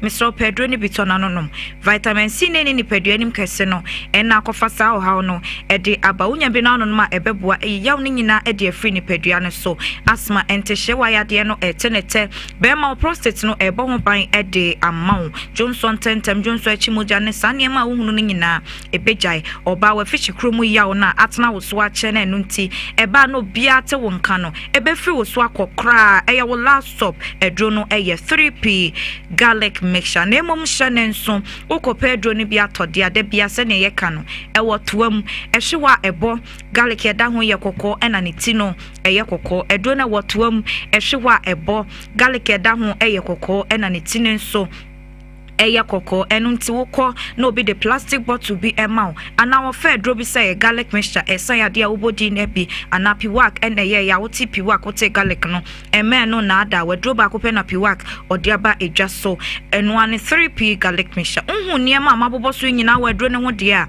enye convinced enye edruna wadwen ya wontanta we bibi dro ne wa brofu dra oda so nti obeda no medro ne bi ema ne how to edro no onum ya 15 minutes we dro bi a wo bia beti mi asan no ma emfa ohaw emre wa pomoden enu ntinei akra wo kanhifo monko Kingswalk Kofi Sam ena Angel Herbal Ashaman Weatherma Pharmacy Tema Community 5 Coletto George Madina Ko Health Alert Clinic any post office no edi enimoshe kuma se Colina Herbal Dani Herbal ena Chriske ebema obi atoho Albert Sam Herbal takradi mensa Kofredi Agapson Pharmacy wa Mumunia we Enterprise and Cathedral no edi enimoshe anase Charles Herbal tamale Wafakojo Herbal ebe Electral mat no Kosami aya mabobo so nyina kope dupane bi enu ebusuafo nyina enche na nom anase Bora pharmacy shop bia ebewo wonso nsa ebetimi aka de na wakonom na ye kama pa ede amount me sorry so dia doctor number ena me body atwato fa Francisia Emfere enkasa de enchen ade achepa ntina mete ya me kasa no fa number no Fred Doctor Cheche yade no haw ni mu ekire no na obetie na waboa e was 0248 928824 0248 928824 aya 3p garlic mixture minya bema medemano bisi eda CP kone 3p garlic mixture Shamo bebre edupa no na waka ho asem de akire no 3p garlic mixture ba modern na pe edupa no na bibia entumi enkoso nti diabetes yade no hadwen pa se unya 3p ase de waka no ebetumi aboa uye pa ene mamemfa happy belated birthday wishes ronko enkoma openi kase ba ko ne enra wodi na woda the Chief Executive Officer for Social Investment Fund, SIF, CEO for SIF, Abbas Nuruddin Esquire, Lawyer Abbas Nuruddin, Enra na your birthday, Nyame insha pa na onyo kesema nkwatinti ahoden ewum na wakoma pa ene eye nimdia wode sum eye oman no bibia entumi enkoyie pa nti CEO for SIF Social Investment Fund Abbas Nuruddin, happy belated birthday. Nyame inshallah na onyo kese. Na enche na nakwadwo Jantuah ba betrase na yede nkomotwetwe no ne aka ni nyina ede amount yede asoso. Eni dwa kakra na enei se wunim se afsa eye bank a enei wo mo boa na nkrofo sika ahodo ehonsem akwa atwe manfu hu de wo monye ɛwɔ sikasɛm tutuye mu no Absa Bank ɛna bɛboa na wɔn mu atumi ama wɔn nsa ka sika ɛbɛboa sika botena wodidi dwuma na ɔma nyinaa betumi akɔyie paa adanse rural bank nso se bebie current account savings account susu account no na fixed deposit no ne nyinaa no bia emu sika no nhyehyɛ no nyinaa bibia bɛkɔyie de ama wo adwadie mu ɛbɛsia ahodoɔ nso a wɔpɛ business loans no wɔn mu de bi bɛma salary loans susu loans cocoa loans no ne adwuma nkɔsoɔ loans ne nyinaa nsa no nnwumafoɔ no mu ato adi ɛyɛ adanse rural bank plc wɔn mu ɛna grow with you ɛne business no nso bibia bɛkɔyie Shomo don keke mrum atunsu kase asawase ejosu kutri from 0577361439 0577361439 na wonomo enye osuna bibia entumi enkoyie pa kaise Absa abapa account no so ubiebia yema free GH link card na finsu yasa ma loan up to 50,000 Ghana cedis wumpe we na opede bomodin na ene Absa abapa account no biebi ne ya nanoma enkoso your story matters with Absa kaise yema 4-inch mattress at 350 Ghana cedis 3 inches mattress no so 320 Ghana cedis na ni nyina ye royal foam student mattress no ye de ba no ma free pillow nso de aka ho na bibia tumi akoyie pa free 0202 271 000 0202 271 000 foam papa woda so a rest assured say ubitumi enya wo home paayi the hiada heba ointment na mameda gomba dia ba se ne sansane ade nyina wo ho a na hye no ene usisi ukotodwe mpompo na abowo eja na ahyehye wa ne nyina the hiada heba ointment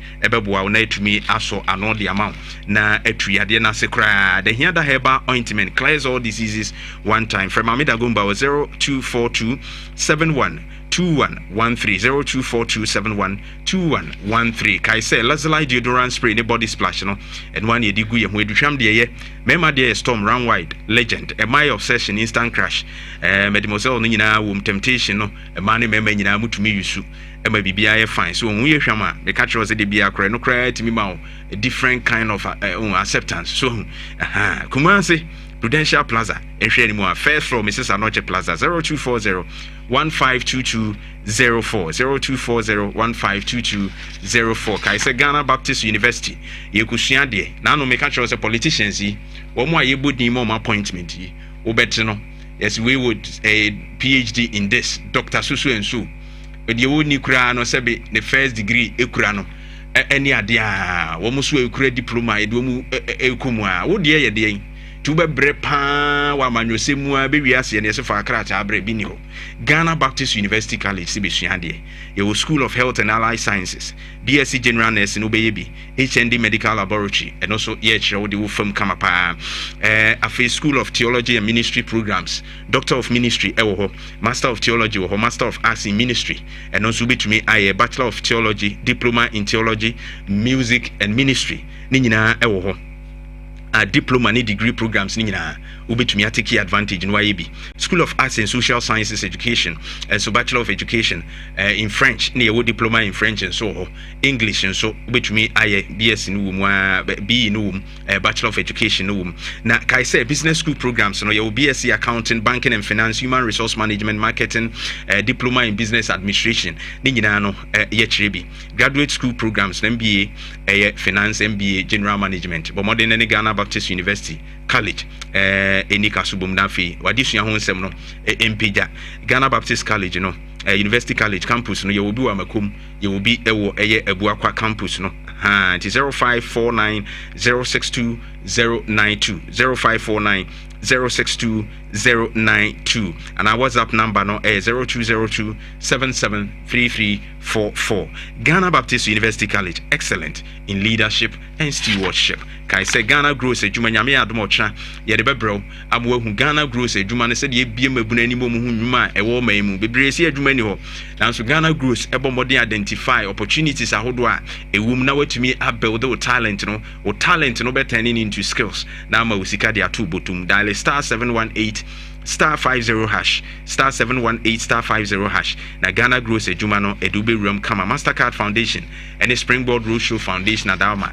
na abribia yede ebro nyame adomochna so better Ghana Gross nka 2025 high sense no one edidi djuma ye television refrigerators freezers no chest freezers no air conditioners ni nyina gas cookers washing machine ni nyina manenye high sense sanse ya tete so pa ye showrooms no ewo Kumasi Tano so Kumasi City Mall Kumasi Edum post office wa Kumasi ye tafo enso be hu yen but modern free 0302 55 0000 0302 55 0000 kai say 3p garlic mixture na ate ho asemi piwak for no obe from 0248928824 0248928824 edu papa uti oba pakone a watch mu said the 3p garlic mixture edidjuma mesro high blood pressure no menstrual pains ni nyina betu ase etumi ede amount na na ye utititi un say ye utititi ni de count stroke na achew ana asthma yade na hawa wo ye adwuma brewo mu a uhia 3p garlic mixture pharmacy shop herbal shops ahodo ni nyina obetumi anya bi na watumi ato asante achim rural bank o si peace of no de aba ya ban dwuma ani a akwanya bam uhia guarantor sembia wo commitment fee bia ni no answer okwa oso pebesia ye de be man sin no so da fempa monso amoye enwuma ahodo ni nyina mo pebesia no ubetumi akogye bia kwaku ahodo ni nyina mo qualify asante achim rural bank o se where money grows 0501 333461 0501 333461 kai say Colorlink Plus roofing sheet no ye the board down so mawa any afebo DBS Industries Limited and omodi we e dia banchense papa the board down so a chema ye gi ehu die ntie ma 20 years warranty umpe we na pede ya sanso kra tete so any nyina no 5% discount edemu phrase see 0543 286 637 0543 286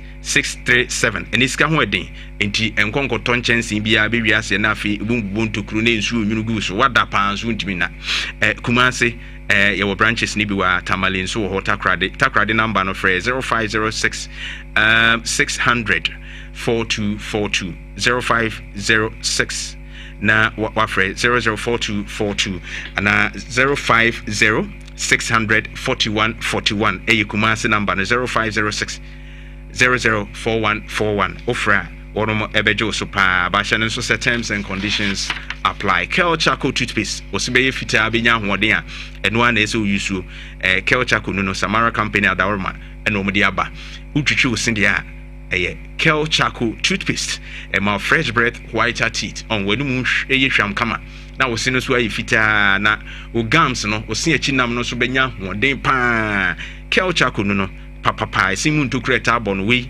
ebisia no kwan 0246 864 798 0246 864 798 and 0501 454 462 Kel Charcoal toothpaste happy smile Flora Kids baby diaper ma obanena kama na onzu etumi ada mo frani suesu nyina no diaper na ebono no nye papa entimi nchinsu ntibu nsi akwada ne toafo ne tofo sanzo de a obesu aha pa etu hia Flora Kids baby diaper eno ene be chinsu kama esanso ye gentle on the skin so ibi wa behwe na nsansan gugu abofra ne ade a we ntisa ebe ma abofra no to ho aye no minum kama fefe sanse echinsu ntinsu nta na ho na de nsansan bi aba 0243 033 033 0243 033 033 ubetumi abaye distributor so friend number no a wono beboa no etumi amado so pu na so wetumi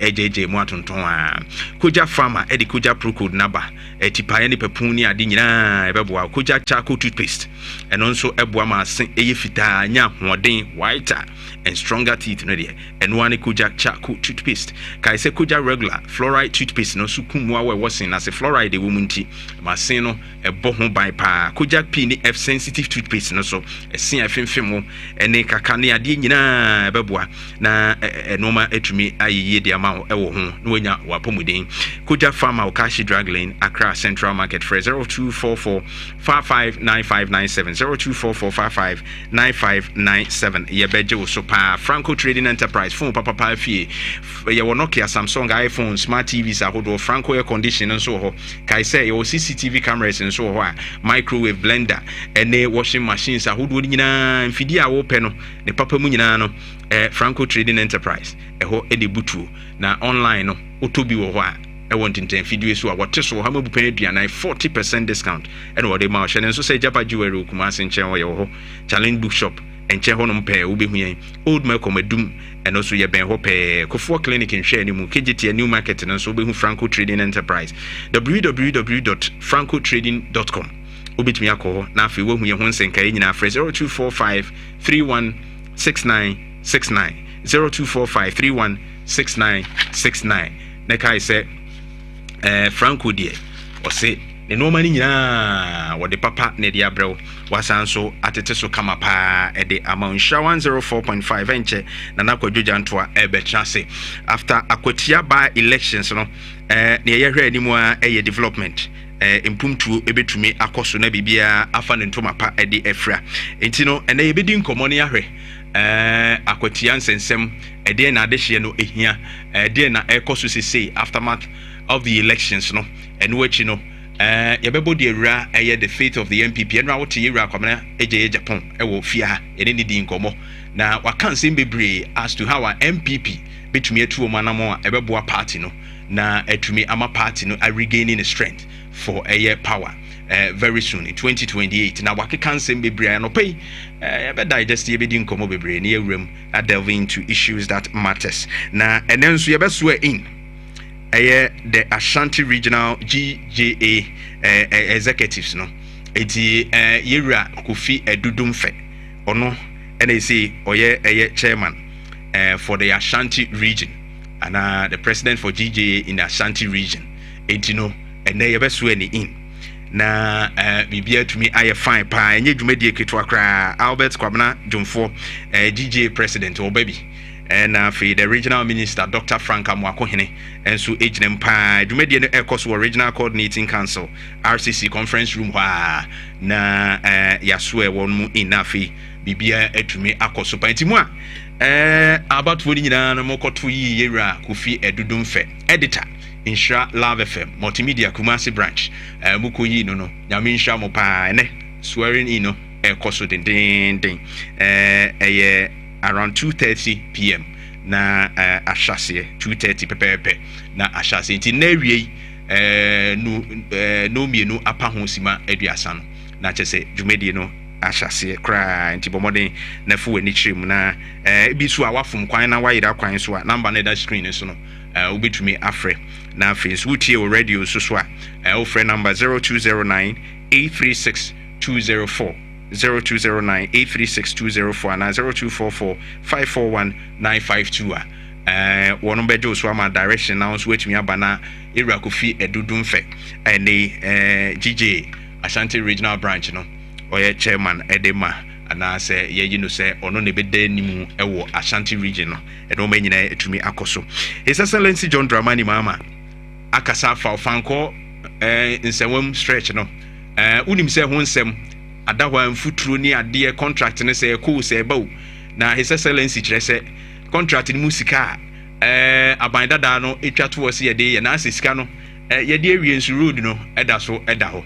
eno na the former roads minister Yera Asenso Boache wabekasa a wochim say da bi sika omkoji ye nyina no around $200 million no wono mo edible ekwan no ho ebra na omohwa na ekai wo ho bro $300 million nti dia catchire no kakra na eda so ese ye de complete no ana ye didi hu dwuma be botwo no de na ese aban ene pesika e de finance nti enye se obi akoji sika bi e de awasa ni stream a wono so akire na adwene efa dwumadi a wo mudi ye ewu mumu a ni nyina no eye enkomodie me ba isi anafe ni aka no ye de atoaso e de ama. And now, KuroYiMuNsem. And now, KuroYiMuNsem.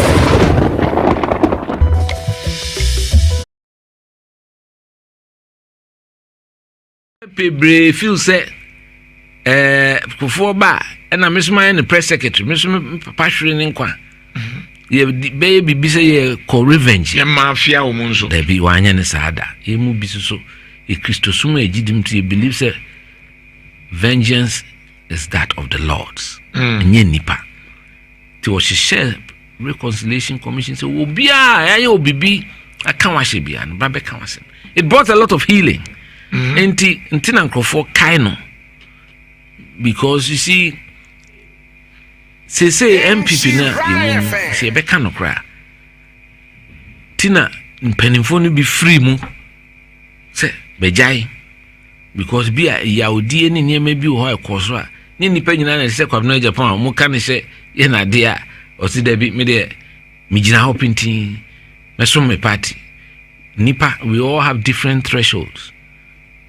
So and say nam ka say party no omuntie because even reforms am me promote here senka mum bie party no na polling station for no mo ye adwumaden ma party rerem fiem tetar posters some yanim fifre obia mom bibia in return almost mom power of voting right no muntimi to aba ne bi no mo nkyere o madwen because party there say ya mo wan kyere wadwen a na da bi e kan wo sha e na de abufo ni apathy no eba me kan enso so wo mo control party ni say no feel say si ebiemu a ebi a omo grip on the party no ebe kofom.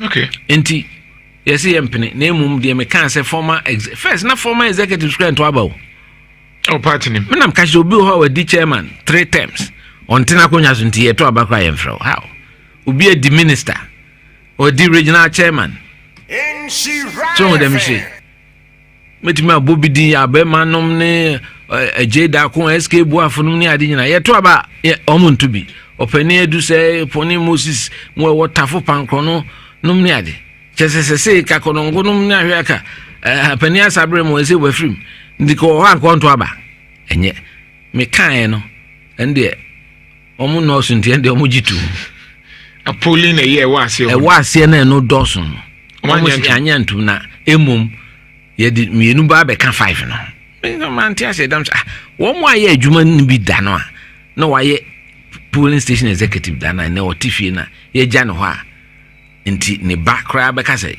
ni papa aye adwuma ene won to bi ntimi kra me nko na etumi eso anoma wonti mo prostate hu ha woni ade ntie ma mo Johnson tentem no Johnson ni mu ya woni nyina won ya ntun capsule na etumi abo Mr. Kill no so no wa ye mre wo mpabu a obetumi adi agro so hu libido ne kofam ni nyina no Mr. Kill no ebeboa pa mema no the points so hu araba manzin tablet na ma no mu konfichire mu ha bebre ne de wo sign check because ye hu se bosome no anya so uhia araba manzin tablet na abo awo na ma anampukura ne ma ne bi wo mu ni atenka be man be bresa ni atinkanti no manfa Araba manzin tablet eno ene beboa na no matimi asisi so na bibia ye fine 0244275429 0244275429 obo modern afi ofra Kunu Ghana Limited wono mo ebejo so pa the new patriotic party NPP General Secretary Eddie Krata Abamonte on behalf of the whole party. Now, one more chance said, no, my course, Ewa Quetiano, no many be they no happy too much. Omani anye home. Justin Eye Frimpong Kudia. And Ode we Eddie Abba. Now, Oshe Eye Krata anymore. Near one more etch and say, no a course one. Openi Bako Eye NDC Amanyukudumu, or no Eye Jam Training, Abidi Chia Udikai, Emma Eye Amanyukuno. Na first national vice chairman for the NDC Chief Sofo Azoka ene Alhaji Abdul Wahab Amadu Abuakwa North Constituency Communication Officer for the NDC and wo bi a wo ye no ho ene entreni bi a wo bo afenyo marking no ade se nani omani anye ho MPP is not happy about their course no na wono mo ebesre se eko de nimu akura ku wie se Chief Azoka ya eko attack wo mo NPP wono mo third national vice chairman Alhaji Osman Masaudu chairman Bugabuga ma che se ene ni enyan na wo mo che se enoma eni si yesoso so kra enya de a ebeboa na wo se omo kwa koye eye police case nti penimfo hwe na afi police fo mo call on the IGP se wo mo hwe na afi baby a ade ne da no wo mo emfanto na wo mo mamra ene eye chief azoka eni sanse ne wo ye no enye de ye papa kra enye de ye papa nya de se wo mo esososo na yentie kakra ebra chief azoka eye alahaji wodi say adwuma no ensem anu wo kan treta ode koye no yentie mu nsem kakra bi na yenhwe se ho nsem na nkasa se de esikoye because na eni enyan na ohwe se de all threaten no it was very ade na chese na eni se yesososo yentie ni kakra bi wallahi yet ye friend say your police station mo catch so ha akabe tunwa mi donya ma afenya ma kombe by election kuro. We are ready for that. If you are not respecting the police, wallah will do by election is constituency. Why lucky ye ba no omunya. Some buy a party office on Betty, a party office. They are not right to come here. And I'm are you able to confirm if indeed they remove some of your posters here? I can't. They said they didn't remove anything. Because of that rush come here. That we will go do by election at Fenyamaki house. Here no be parliament. Omi si afenya maka baha mi dona kabetunwa ha ye be ye by election kuro wallahi yet ye friend say your police station mo catch so ha akabetunwa ha mi dona afenya maka ombe by election kuro. We are ready for that. If you are not respecting the police, wallah will do by election is constituency. Why lucky ye ba no omunya.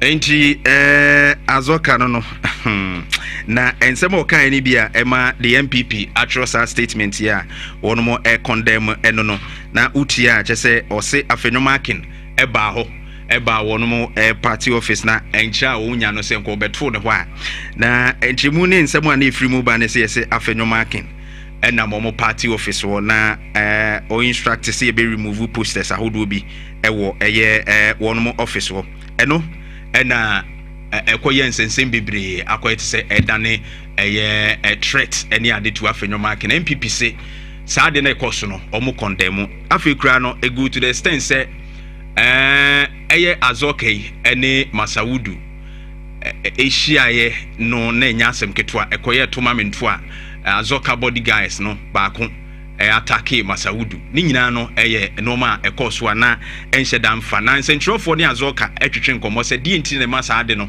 ekoso ko atake masawudu sei no kan politics na on ya on the on tinya wi utiase on ya on opposition on say every MPP on the violence no man opposition. But or the buy so here there need anytime your appetite of fight anytime your appetite or nunca sani or ya on here MPP for ma on fano subai boni no over here NDC mpage for na ye ti ho we why o small boy we why of kai masa why I say I hot to see me oh bra masa why I third vice politics na on ya on the on to nya wi ucha say on ya on the we akwara opposition on say every MPP the oil violence no man opposition but or the buy so here there need anytime your appetite of fight anytime your appetite we are the first national vice chairman of the NDC chief Sofo Azoka ena otenin kano say ade na course no a na manfo kan say ade nti na woko atake masawudu no just say even the bodyguards who were pushing police officers na enya dia efe na airtime enya dia se so now we felt say brands and for ne kasakra no we show some form of remorse ne ensema course wo eye bedwamu ho no sebe why penny wa manyuku mu no na eyade na obi afin se no entwa yi se open fight wa bonten bibi sa bekoso. And at your age, over 60, about almost ultra 60 years, what they call Musano. Yadi hajini. And the response of mine is on there all the time, our appetite for fight. All the time, our appetite for fight. And if you listen to an old man, all kasasim we are. Na just will be a one mebunu etisimua as a party leader. If such a person is telling you that appetite for fight, na why ye adie we ye really bisa wasema what's with your appetite for fight? No matter what it is, sa comment a bad comment to make as a leader of a political party, not just a leader behind your constituency chairman, a first vice chairman of this big political party. Nanui yehuni ekoso ewa Blikumanov. No, a lot has been said about it. Ya condemn. Na nanu ya dia kwetie. No ma we yakoso. Wo what we say na money ebisa. So always you have the appetite for fight. Chief Azoka. Ghana abotre. Ghana ye pasundwe ye mpentokwa. If you have appetite for fight here, any that food you will never be served. Because Ghana yempentokwa ye pasundwe ene ukopiem ewo the savannah region and tokwa na ekoso amanfo edwane ede akowura Ivory Coast ene ade akoyetuko trafo estimatedly over 40,000 people and I say womaye stranded omo say more than 12,000 kura wuremu akọ other countries Burkina ni Ivory Coast omakoye refugees wo. Enti yen Ghana yempe fight yempentokwa Chief Azoka, we don't have appetite for fight you. And you will stand alone if you have appetite for fight. At your age, and tokwa ben abit miako. Unless you use the voice, and tokwa ben pa na abit miako. Appetite for fight. Unless you use voice, no. And it's too bad to make such a comment. Because what would any munu make this comment we are? And mebunu no edi wachino no dey no meye. And that is why your bodyguard eslapo masawudu no. And this is bad. It needs to be condemned. Enya DSS so. E de san kitten and then why we obi nso target and ye we me say no ochina me nso me ye ne bi atua ka me ye say na ehi ne eko. Ya sumdue no ne yetoto no. Ejeje mu no. I have appetite for fight. Withdraw that comment. Enye fair at your age. Even the youth in the party are not making such comment. It's a reckless comment that needs to be condemned. In this year, so. And I believe that it was a party in Penifo and in the Casa. We've seen Johnson and Siedun Ketia. You are not a man of violence. You are a very calm gentleman. John Dramani Mahama on KuroYiMuNsem, the president. Papa we in Casa. That we don't want violence. And your appetite for fight. For what? And what will you gain after all? Ekoye na ye na bodyguard ikobo Masawudi and ono so na ono so this year ni na yesi ya na nka ko wie saying. Is that how we want to build a country? Let's condemn this. In Sha 104.5. Enche na ko Jantuah betranse. Enkomo no edoso ye de ni nyina e de bebrɛw. Na afi yabo e de awuranse semnimu. Na after kwatia by elections no ma akoso ene yedi mu enkomo no na ye hwese kwan ya befa so no ma bi anko yie no ebi ensibiem na sebe nia etumi ekoyie no so yetumi abo abaso. In fact, we thank the security service the Ghana police service won hihye omudi gu akwa mu after akwatia by elections no no man course nyina no yehu sɛ ɔmo ɛsɛ egyina hɔ ahwɛ sɛ asundwe bibia ɛbɛyɛ adwuma na professionally wɔn mu deliver ɛma no matumi kɔ yie. So kudos to you IGP ɛne wo men nyina for that wonderful job ɛwɔ ɛyɛ akwatia. And of course ɛwohwɛ election observers a ɔmo de reports ba mountain nyina no a ɔmo nyina ɛkyerɛ sɛ the election no was peaceful and then free and fair. That is what they are actually bringing out. Actually, and say, in fact, Bibia Ekoye, except some few no maybe to say Yekahon Asemi. And I believe say Yebeshania corrected the wrongs going forward. Say beya and no many bit me across by elections once and sem na Adeba Konsu PMwa na ene a one apology Abba a new jobbing MP. Also say MPP and we need or resign. And also one some eboba almost one resign. On one and anwa kuyika mano. Inti on resign 10 nafi on fana kunya ento na KuroYiMuNsem yenti said ye usika no say MPP elusupe on wa resign with new jobbing. Na man for call say another by elections on one sifem honorably because on the no kind. Yenti no kakra. MPP will take the seat. Michael Ochi Befi, MPP MP for new jobbing. Yenti no kakra. The margin will be very slim. I believe we'll win the election, but the margin will not be too wide. But we'll win. We'll win. I'm telling you. What makes you so confident? Because of what the work we have done. And confidently, I'm telling you, mark my words. I can even tell you that if we lose this election, I'll resign as a member of parliament. I'm telling you, we'll win these elections. We'll win. If we lose these elections, I'll resign as a member of parliament. I'm telling you, we'll win. By close of day Tuesday, you see that we have won the elections. And that's what, because I believe the work we have done and the God we serve. The God we serve is a good God, and He has given us hope that we win elections. Thank you. MPP will take the seat. The margin will be very slim. I believe we'll win the election, but the margin will not be too wide. But we'll win. We'll win. I'm telling you. What makes you so confident? Because of what the work we have done. And confidently, I'm telling you, mark my words. I can even tell you that if we lose this election, I'll resign as a member of parliament. I'm telling you. Hey, Michael Ochibefi, MP for New Jobbing South. I'll say confidently, or Kasane Bosu, Esiniboa can say, I know no or resign. But any also a Pachopi or Pagana for Chopa. I apologize to Ghanaians for my resignation comment. I went too far.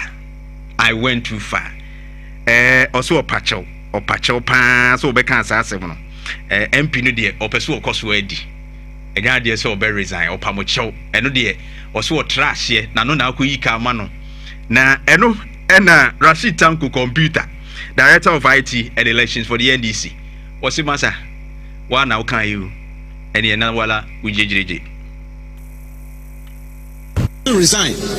Ghanaians will not take politicians serious. We must be serious. They must hold us to our words. Whatever comes out from my mouth, they must take me serious. I can't just stand here and make allegations, say certain things, and then within 24 hours, do you know that he came in here when we were about to start the coalition, beaming smile, telling me that we were winning the thing until I showed him on my phone that, my friend, you have lost the election, I'm coming to your constituency for by-election. Then he started perspiring. That's the time he got to know that things have changed. I mean, not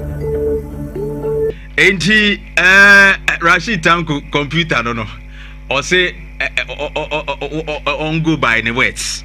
Michael Chibefi go by your words. Now resign. Na Bibia and your fine pa no by election no dey. They are ready KuroYiMuNsem na Yensempi Shawan 04.5. Yehwe say going forward no eden na apology amanfo agi atum anase KuroYiMuNsem ankasa etesen awie ni nyina no wonim se de ekowie no Bernard Bedia Kombedu Esquire na odi nkunim with 18,199 votes as against Solomon Kwame Asumadu of the MPP with 15,235 votes and Patrick Owusunya 82 votes. Now that the NDC and Ehudi, but ɛho nsɛm a ɛba ne sɛ wohwɛ info analytics nhwehwɛmu a wayɛ a na kyerɛ sɛ the MPP elusu attraction anaasɛ sɛdeɛ wɔn ho akɔnɔ ɛwɔ ɛyɛ mpɛsua no soɔ no ɛkɔ fam na ne nyinaa ne sɛ wotie wohwɛ global info analytics wɔn nhwehwɛmu a wɔde baayɛ ne deɛ a na sɛ 15% of wɔn a ɛtoma ɛnɛskumi no wɔn mo ɛkɔtoma abeedu na ɛno ɛkyerɛ wo sɛ sei attraction no ɛkɔ fam paa ɛkɔ fam na wohwɛ wɔn nhwehwɛmu a na ɛkyerɛ no deɛ na sɛ MPP wɔ adwumayɔ when it comes to one constituency and ultimately one says you on book say I had the between although Akwetia was something like a swing constituency but you who say enka at this time when we need no dear enka sa attraction no ho enka sa odono ewumuma the MPP but it seemed that Ghanaians said the Kwabena Japan eka wa handra no said they need to do more say be you between we need the love of Ghanaians back sanse noma bi anko yie kane no betumi atoto ne yie nti wo hwa asesa noma no bi wo Ghana fo na achim in spite of changing the candidate no and as a new candidate na represent no 15% margin losing it to the opponent no it tells something. I mean it speaks volume and MPP hwe na wo mutu ho anamon enche na nakwadwo Jantuah ebetrase de aka no nyina de amount na ejatuato nana ewa betrase sisi a meba medindi Barima Kofi Dawson timi frame akokwa baisia. And now KuroYiMuNsem. And now KuroYiMuNsem. And now KuroYiMuNsem. Oh yeah! Come on! Ishra 104.5 FM. Oh yeah! Come on! Ishra 104.5 FM. Yes, so let's all kind of cry. Jantuah kind of cry. Jantuah or you be our kind of cry. That is the truth. Jantuah kind of cry. You can criticize him. You can judge him. But Jantuah, I cannot cry. Maybe. No, sending the mammy a woman organizer. And they acquire and friend. Into Kwabran sending the SOS, into all these things near idea made me pushy very hard. And so two no cries here the Beckham. Almost the caveat be a bishop such and say, ye two presidential prime minister we answer. Maybe be that. But a national councillor, Omne Dawson. A futu a me to a say the facts that Mona Dawson or council no moon say. And no Ghana for pay, and no party for pay. And the dear name P aba a party. Inti abatwa ye kotu me two party for no. Me two party for it is time for a new direction, a new vision, and fresh energy.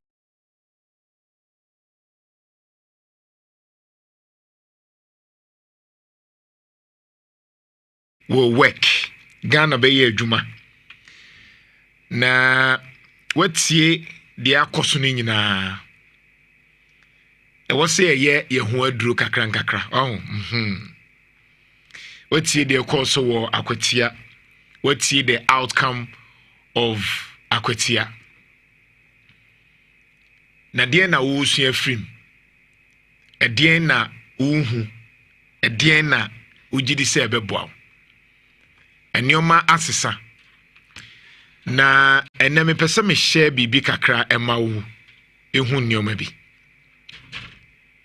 me share bibi kakra amo hu nneoma bi ketua bi me pese wo hu generation bia ene ekwan a omofa so ye omu nneoma generation bia de atwam se na be ye bebo amo ate ene be bia wiase na duru ene be bia ye ekọ Jeff Koko ne so mamina akopeke de me de atoso no me be se uhu emfi a wadie ene sabre no de na etie ene ene the way anioma sitie na etimi a guide o yie ama wahu de ka wasem ba chobra Facebook na yenhwe ade ye wo era bia yɛka era generation bia kyerɛ sɛ yɛwɔ afi bi wɔ hɔ kɔpem afi bi a emu nipa ɛne ɛkwan ɔmo fa so yɛ ɔmo nneɛma no ɛyɛ different ɛyɛ different koraa nti bra Facebook na mekyerɛ wadeɛ na sɛ de bɛyɛ bɛboa mo ate ɛnɛ deɛ ɛkɔ so wɔ wiase ma because akamea yɛ sɛ wante baabi wiase na duru na wadwen ɛyɛ wo te sɛ deɛ na ɛteɛ na nneɛma bɛsesa nti mbakyɛ bra Facebook now Facebook oba yɛakyerɛ wo mfie biara generation biara ne deɛ ɛkɔ soɔ na yɛfrɛ bibi the silent generation ɛno yɛ before 1946 ɛno yɛ bra na World War 1 ne World War 2 ahyɛ aseɛ no saa mmerɛ na wiase nyinaa ɛkɔ ntɔkwa kɛseɛ no before 1946 no ne yɛfrɛ saa nipakuo no wɔn a yɛwuo mu before 1946 nti meka wo ma yɛwuo mu 1800 1700 1400 wɔn for 1900 yɛasantoa mu brɛ so no before 1946 no now we are from the silent generation saa nkrɔfoɔ no na omusuban pa yɛse they are still serving on boards shaped by duty and discipline saa brɛ no na ɛyɛ discipline de yɛ adwuma or yɛ adwumaden because saa mmerɛ no na ntɔkwa bebree aba a wiase asɛe nti na ɛwɔ sɛ ɔmo fa ɛkwan a industries ɛyɛ adwuma ɛbɛyɛ ama ɔman na kɔye ɛno bibi ɛna ɔmo kɔhyiaeɛ ɛwɔ UK Bretton Woods nti efra bibi Bretton Woods Accord ne yɛ wiase nyinaa hu sɛ ntɔkwa na amoa nti yɛn kambom na yɛmma wiase nkɔ n'anim ɛno na wiase UK France ne Germany ne ɔmo nyinaa kɔhyiaeɛ saa brɛ no na United States of America fo ne ɛwɔ sika paa dollar no nti wiase foforɔ na aka ne nyinaa decide sɛ yɛmfa yɛ sika no ɛmbata dollar ho nti sɛ debi a yɛbɔ biribi ebi a yɛka crude oil ne yɛka in dollars yɛka cocoa ne yɛka dollars a around 1940-44 hɔ baabi no ɛna ɔmo kɔhyiaeɛ a Bretton Woods ɔne na ɛdi saa adeɛ n'anim ɛmɛki sure sɛ wiase nyinaa USA fo ne wɔ sika nti yɛnyi ntum wɔ gold a fa bata dollar ho wɔ oil a fa bata dollar ho ɛna ma USA ɛyɛ kɛseɛ paa ɛnumu ɛna World Bank ɛbaayɛ ɛna mu ɛna IMF ɛbaayɛ nti yɛ saa nhyiamu Bretton Woods nhyiamu no ɛna de ba saa generation friend of the silent generation nti na yɛ adwuma discipline ɛnyɛ te so obi di sika dabi obi apɛ so ɔyere ne ho sɛ de bɛyɛ a ɔman ne bɛtu mpɔn free the silent generation no ɛna ba what we call the baby boomers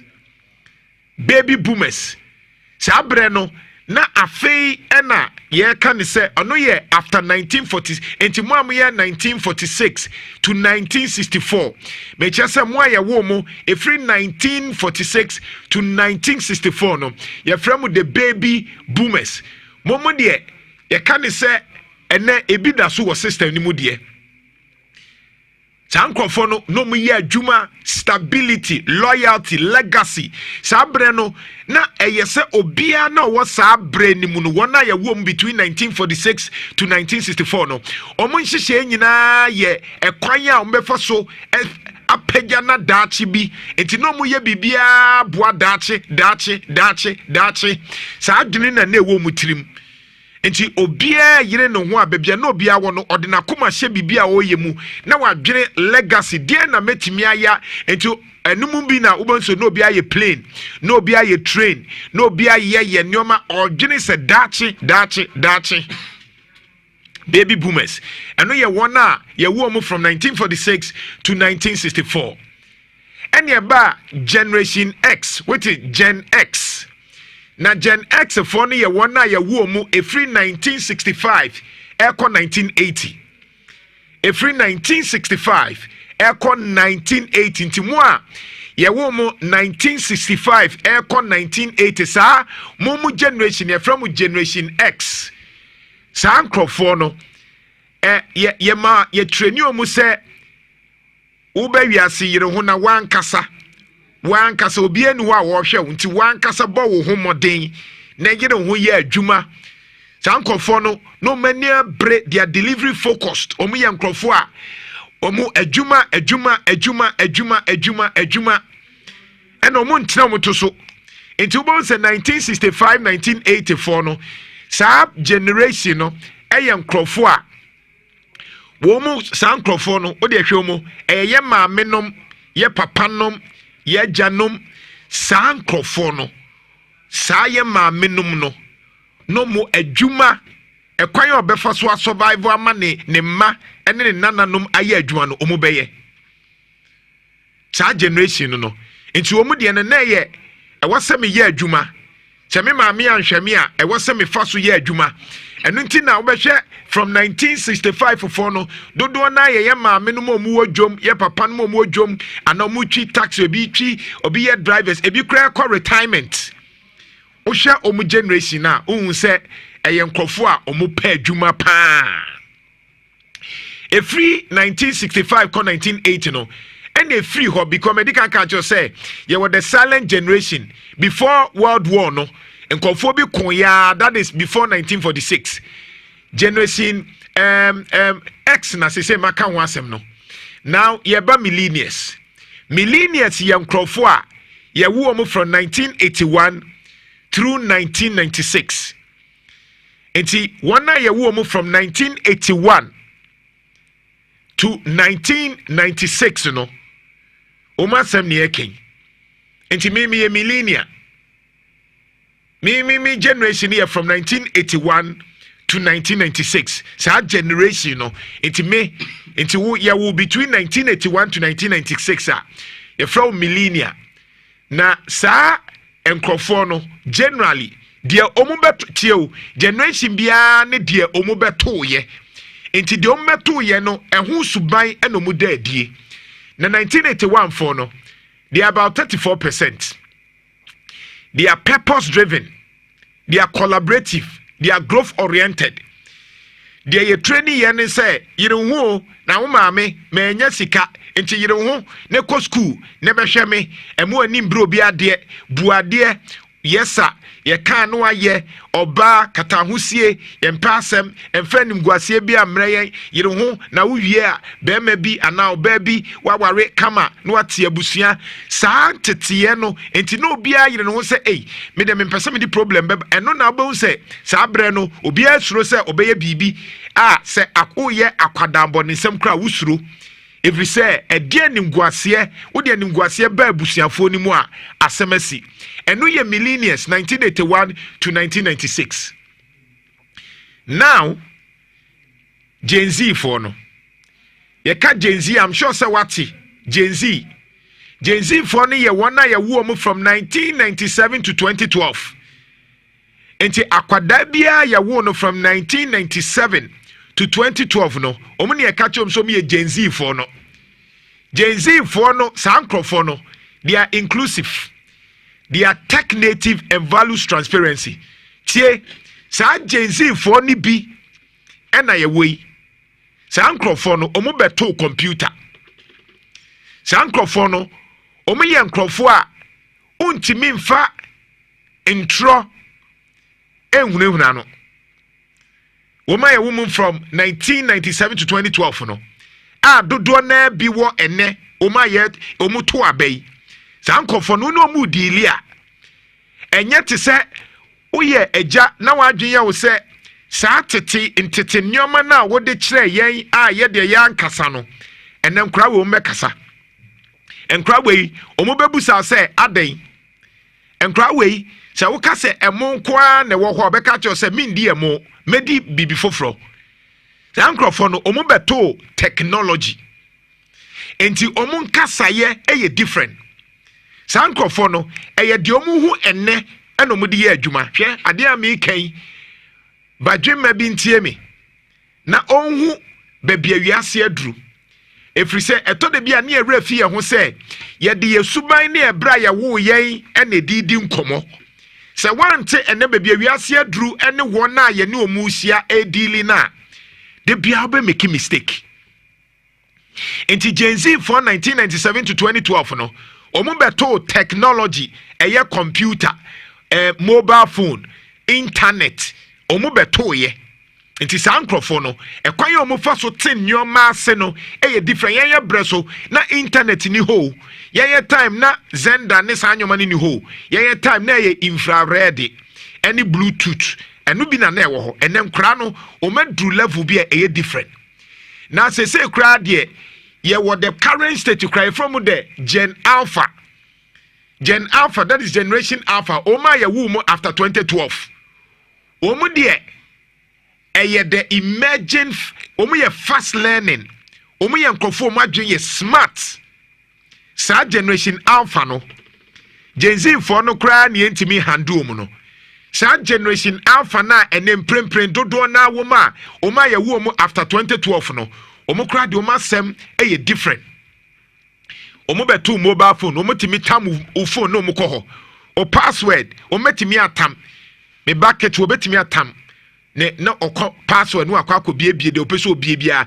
obekọ YouTube obekọ enioma bebre ho betimi aye kra wusa na wuntimi nye edenti na me church sa anyoma yi echewo se enemprempren ye wo generations Gen Z for any generation alpha for omune doso pa that is one na ye wu omu from 1997 ebepem ene sankofo ne doso pa.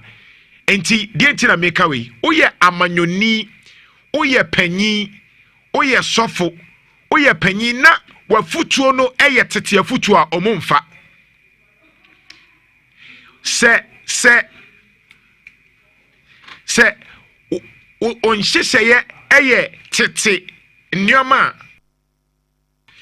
omomfa omuntie enti makacho se yenkasa sankra ye omu yenkrabo no omadwen ye smart sa wono omaba no omu nyankrofo a wutimi sisi omo omadwen ye very smart omu sua de omu o social media so omu hu nneoma bi kra wunim omu te nneoma bi ase kra wo nti ase omu time no maba beto bi frɛ no AI artificial intelligence sa AI na first no ade bi wa te se wo kodwene ansa no ene omaba beto se computer betimi akyerɛ wo saa de no instead se obedwene se de be obetimi use na adwena ye bibi foforo omo na beto bibi efe no internet of things internet of things ne se ene metimi atena ha na ma hwɛ mi phone so se mi wo CCTV camera mi ni fie ba metimi a check mi phone so de ekoso nyina metimi a check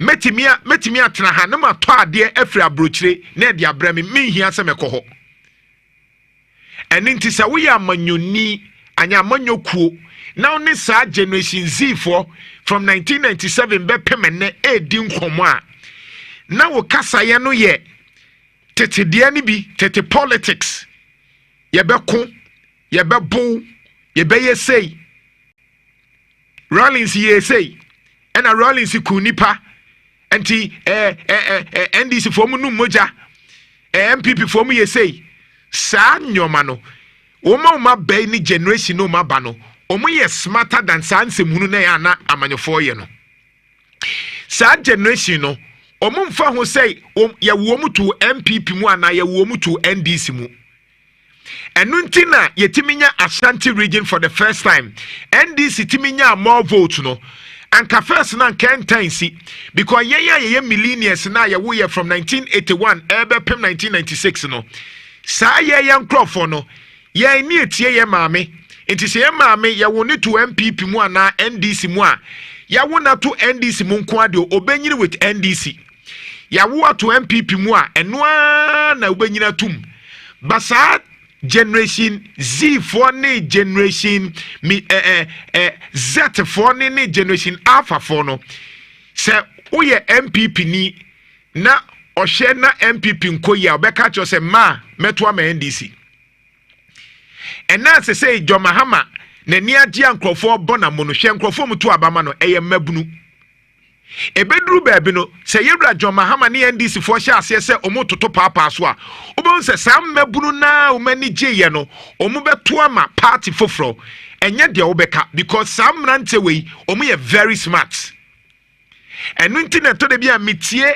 mpanyinfoɔ bi ne amanyokuo bi ɛne nneɛma ɔmo yiyɛ yɛ na mehwɛ ɔmo a me sɛ na mo ɛyɛ mo sɛ mo wɔ mo brɛ so ana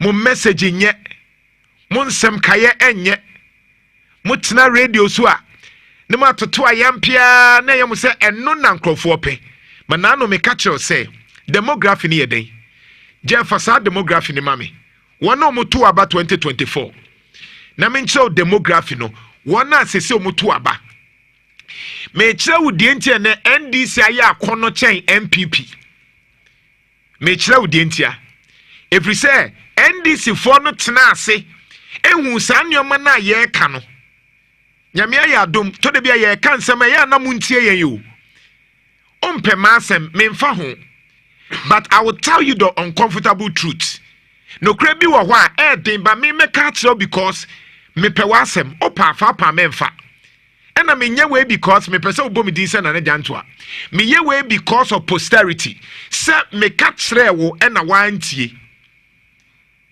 and MPP mu a anka Abbas Nuruddin Sami Jamfi Eric Ejay Asafo Ejay anka ye MPP mu a anka ya forma wa adwuma mu a ne sɛ omunkoye PRO there's no way a MPP mu Sami Jamfi ebenya position gold board ya de bema MPP nkokrafo ya Osafo Mafo Hakman Usu Ajiman ne empanyifo ya sa omania MPP mu anke de bemomu gold board na MPP mu yesem fa kwama small boy like Sami Jamfi ensi small boy scholarship secretariat o se enkofa ma small in MPP my small boy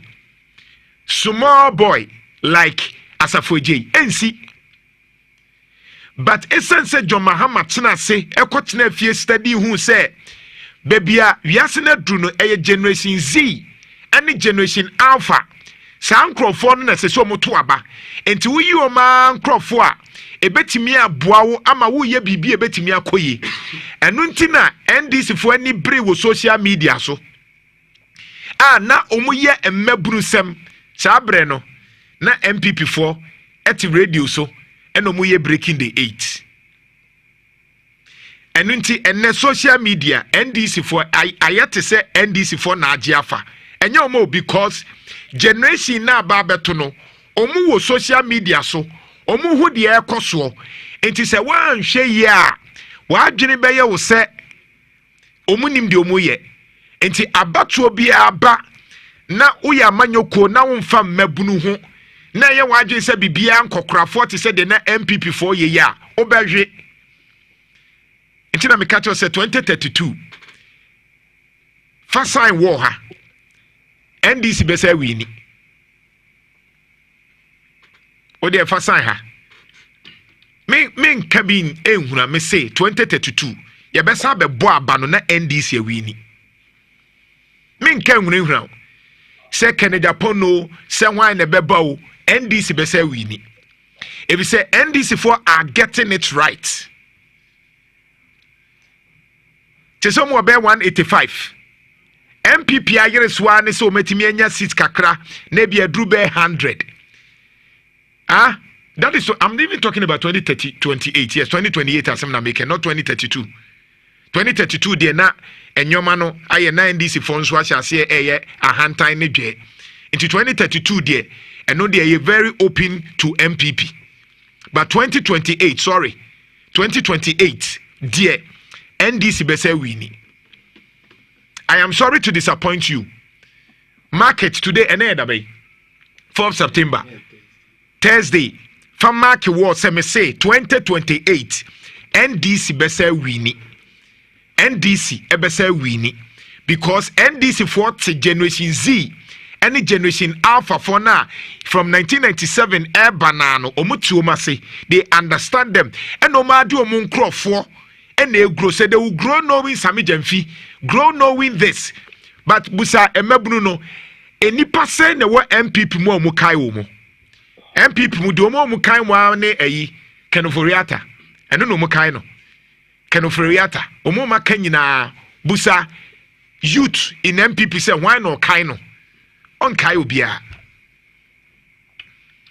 me ma kama asɛm awi ɛyɛ den deɛ but maka ni sɛ ne nkyɛ sɛ NDC saa bibia timisi we a projection na me kyerɛ sɛ 2028 NDC be say wini but a projection that depends on also John Mahama so betimi maintain ni baby a washa ase free na and MPP for so eba say ya you need to also learn from it say maka say 2028 o me wini ne nkyerɛ sɛ kyenkyena e wo so mu betimi aye bibi de make say mo fa mo long time mo be 3 years mo fa na mo hu de make say ene campaign ni generation Z ni generation Z ni Gen Z for ni generation Alpha for ni so a ebie betimi adane but till now aye guso kase omu ye de omu ye die ebe den mame ni Musa Dankwa enkasa the man of the movement Global Info Analytics obia wotie ye bia nim se papai ye ni na di djuma oye credible Musa Dankwa ye obi a ohye ase from MPP primaries de na ekoso sa abre na na oka no na MPP fo di natem eyem wanwa se akrachefo pe we MPP mu omumfa nkrata anya adwuma papai de research ba no madi natem ye yakra ye research wo inhyira fema no MPP fo di atem Musa Dankwa de beba se John Mahama be wini o no madi natem inhyira femfo be ye post ne se John Mahama be wini o ne adi atem afekra de se papa ye lotto forecaster ne adi natem a because e duru maybe obi de by say oh ba umia ne be wini na MPP fo asom no mo so papa pay me busa papa o ye sure say John Mahama be wini one tato say ane me busa ne 3 times o say ane e ba mu pepepe na anu akwete ya ye kwoto abei Chese yenka bi shema no de aba o say akwetia by elections NDC be wini over 53%. No aye calculations na obi ase onim aha ajana one ne said me say MPP de minim say hu bibia guoma ni so a papai e wa homa no so ma me ne ntwetwe nkomo na me mbusa ne say e den na otimi ye a ensem no timi si so pepepe e ma nioma no e koso papa Musa Dankwa mini apanyi ono ne wo ahoma ne so a me ne ntwetwe nkomo oba social media nso a owo so Musa mache onye mejeso ye ma tri nkwanzo minim se na MPP for ne tetewa se tofa ho a ye du dwuma pa oh nanka ba na mo kuma sima yanka mo kameko kafra adwuma di esesa ye di watem na ye di matem ye di sa so be ne dey enso mu wi omu ho a no mu ba nchen ana and the individual anyway so akwetia by election before say beko akwetia hono obebem no now we are talking about the demography of Ghana now mona moye nhwehwemu se say Ghana ye nipa ye wo mu no why mu ne do so pa Nana nearly 75% of Oma Moto about Ghana are below 40 years. Mbajo kabie mantie bi mantie hono. Nearly 75%. 75%. Below 40 years. Below 40 years. Let's say Ghana right now, omo moto abano. Oma di below 40 years no. 75%. 75%. Actually say one part omo annual calculation in so for 90 bia. The Gen Z Musa wadaruma baby I wanna say echo kakra wo ho enti aka wo nyina baby ye man ni timinya bato kasa me say aha kwala no don so papa je say e say kra nya nkwada mabunu no mabunu yes mabunu So everything now, you have to have a Mabunu in mind. They are the future leaders. They must be seen to be in your midst. And with this, now we care about the youth in NDC and the youth in CPP.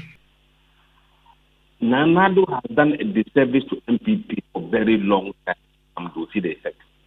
The comment here, what's an another day? Disservice. One more MPP. But just another more MPP, say for the future. No. Oshia Atamil, on the starting building of the NDC youth for the future. Obekaya, babies with sharp teeth, Atamil Mure and Amustakiri. And then I'm leading ministers, cabinet ministers. Oshia NPP government under Nanado, why NAU Umu? The average age of MPP ministers was very old, including the board CEOs.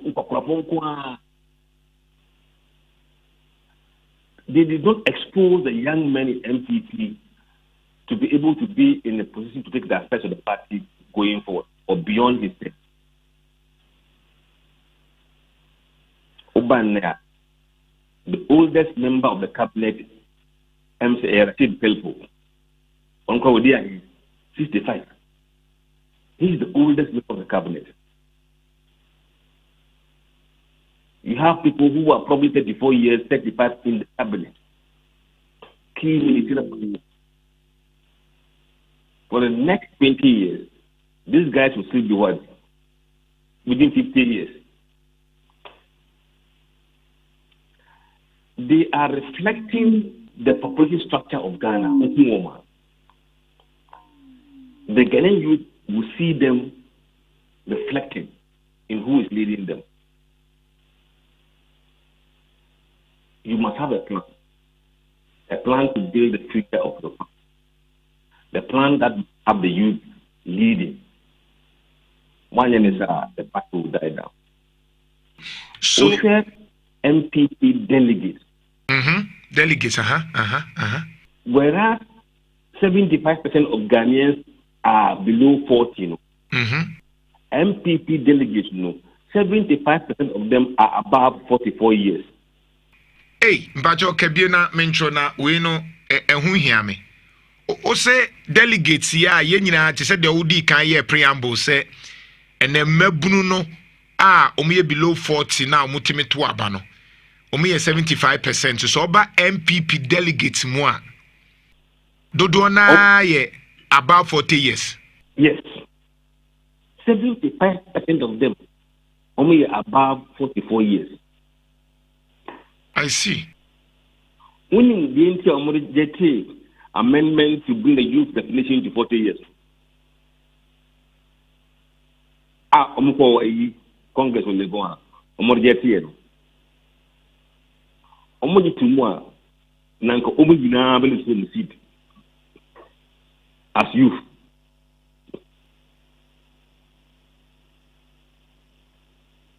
And you say then also Musia was way. Thank God they will do their album very soon. So manipulate the album. What you get is what we have now. Na amount for hierarchy forms. Na the official amount for onomoye co-equal. With no control. No enlist them as executives. It's in Penipon or Moscow and Quetria. They will look for people who are like them. So when you use Obia or any the same age group, 44, 45, 50, so delegate to her. So you end up with a crop album that does not reflect the structure of the population. In the almost take a chance, no more the youth is the delegate. And yes, I the house. Okay, say the MPP Now almost try say on expand the electoral college, you know. Isn't that going to say be correct sa problem ya okay? That must be done with purpose, deliberate. Just share these guys inside, the same thing will be repeated. In effort to attract younger voters by targeting younger people to join them as delegates. Those who are 44 and above the Bripino, because the country is not old, the country is young. Now, share the youth within the MPP and the youth within the NDC. Cross carpeting also situation to say, almost if you say, ahanya de ye free high kohano. Threaten ma the MPP and I say agent. Look,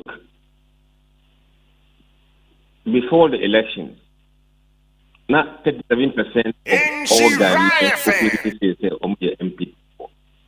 Openly say MPP. And then only 30% of them are openly saying they're MPP for. Wow. Not NDC 33% before the election. I feel NDC openly declared 42%. Wow. 7% a free MPP. And these are the younger voters who were calling themselves MPP before. Now, wow. So, there na party no so more to no may can do to attract the youth to almost side. The leadership of the party must reflect the youth of this country. So they can attract the young people. But when they see that people who look like them are leading MPP, they will be happy to come back. Wow. Does it really matter who leads the party, never more attraction also, and also contribute to be? And beside that, the executive position in the party, must reflect people who look like them, people who aspire, who can inspire. Wow. Go back to just ended a Akwatia by elections no. Ye fa a hono nko akra as a case study. Inim say a place obi atimi wini MPP NDC. O share constituency watch kakra. What was the normal NPP anye ni year a kosu omu defeat? The first mistake or every demographic misunderstanding. Okay. I know what you're saying. In 2016, Akotiafo Ekotuaba Amase, who was not well educated. So Omo say this time around, Omo fa obi a minor, even if it's not well educated, they can win Akotia with that kind of character. Okay. Namyan Chadie, MPP, the free education by over the 8-9 years now, Akotiafo Ako School, Omo University, Omo Senior High. Nearly 50% of them, Akotiafo, Omo Senior High and a tertiary level education. Oh, okay.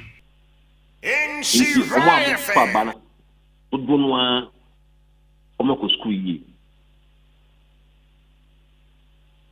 And according to GSS, a numa ewa Akotia, the bonwa enye mining, a service sector and the agri sector. MPP kuyi assume thinking that the whole Akotia is mining, ubi aye mining, you might not be. But miners. Even among the miners, dodo no a free Akotia constituency. Omo ya ho a omba edwuma wo ho no mo they don't vote there. No first mistake. Mm-hmm. In the poll, no, among almost senior, high, and tertiary level education, no, the NDC candidate was leading with at least 10 points gap. Among senior high, 10 points advantage. Among tertiary, about 14 points advantage. Among school, 50-50. Among junior high, no, na MPP leading with only 5 points. There was no way MPP was going to win. Interesting. But how come say Omen who's adiwi? If we say the Awokika Kike na Osha de na ekoso ho.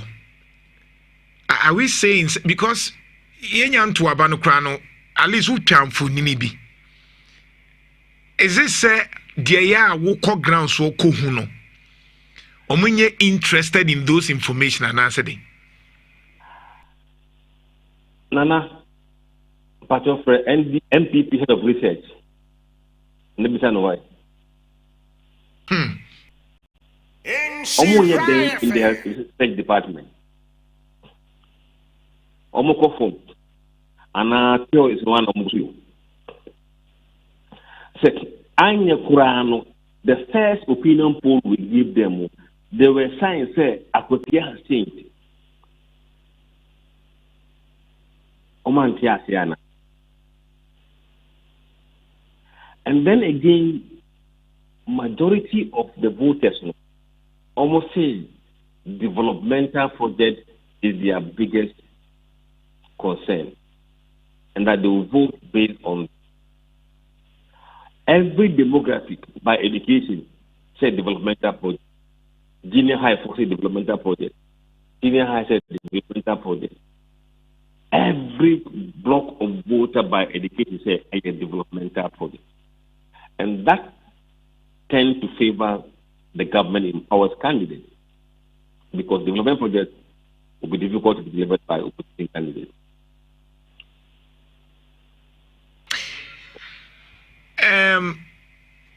Minim say unim dim and for example omunim wadwuma wo ye and for the sake of omomutie there I'm sure they know but obia wo tie ubia enano pay a minim say high MPP stronghold pa na te say na meche generations no a biba aba no generation a MPP yawe ya tumuno doso pa and omunsu tie a told culture omutie omumpanyumfo nso pa de ye atro de ye propaganda de ye kantia na Jomahama na NDC na sefo no krabe pa na obetimi aka kire obi oye MPP ni a oye supporter odo party no said the bear obeti ase na nipanyi bi ye bibia omunso atimi a contribute say aha na betimi aboama MPP etimi aba back because it does appear say party no na konosem no ate akwana. It is absolutely clear and abundantly clear in the evidence popularity and activeness have gone down significantly. And you see, communicating effectively and honestly and sincerely are very important in building political practice. And I feel so I am very easy for people to find out if you are lying or telling the truth. And once they caught or they catch you lying, you lose integrity and credibility. So they must communicate honestly and sincerely, even though it may be difficult for them in terms of the reality on the ground today. But they must do so with all sincerity. And then also, the age profile of their base and their educational level, it makes some of them very gullible. Even in the MPP delegate polls that we did, those who are undecided, almost say, you're trained in people today. They have no mind of their own. That is very dangerous. Interesting. Now, Osha dear air Koswa, Mikasa Menewo ye reset kakra in MPP Ankasa. Menimsa why ye post kakra na 5 candidates etore bia na ebi kosoro kakra na ebi akofom kakra. Do I get the understanding based on your post and then say MPP for the Baumia ba omo ho be chiro mana? Look, I don't want to start that discussion today, but in October it will start because the next poll will show how Baumia is performing against the possible NDC candidate and how Kennedy is performing against the possible NDC candidate. And from that point, Ghana, we can begin the conversation with data. You speak to facts, but I'm just asking based on your subjective view. But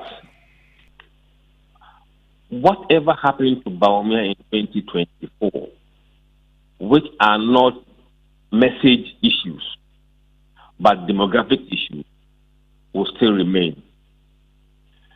Because demographic issues don't get changed in 2 years or 3 years. Sometimes it's 10 years. The okay, a bro for my NTS, mistake.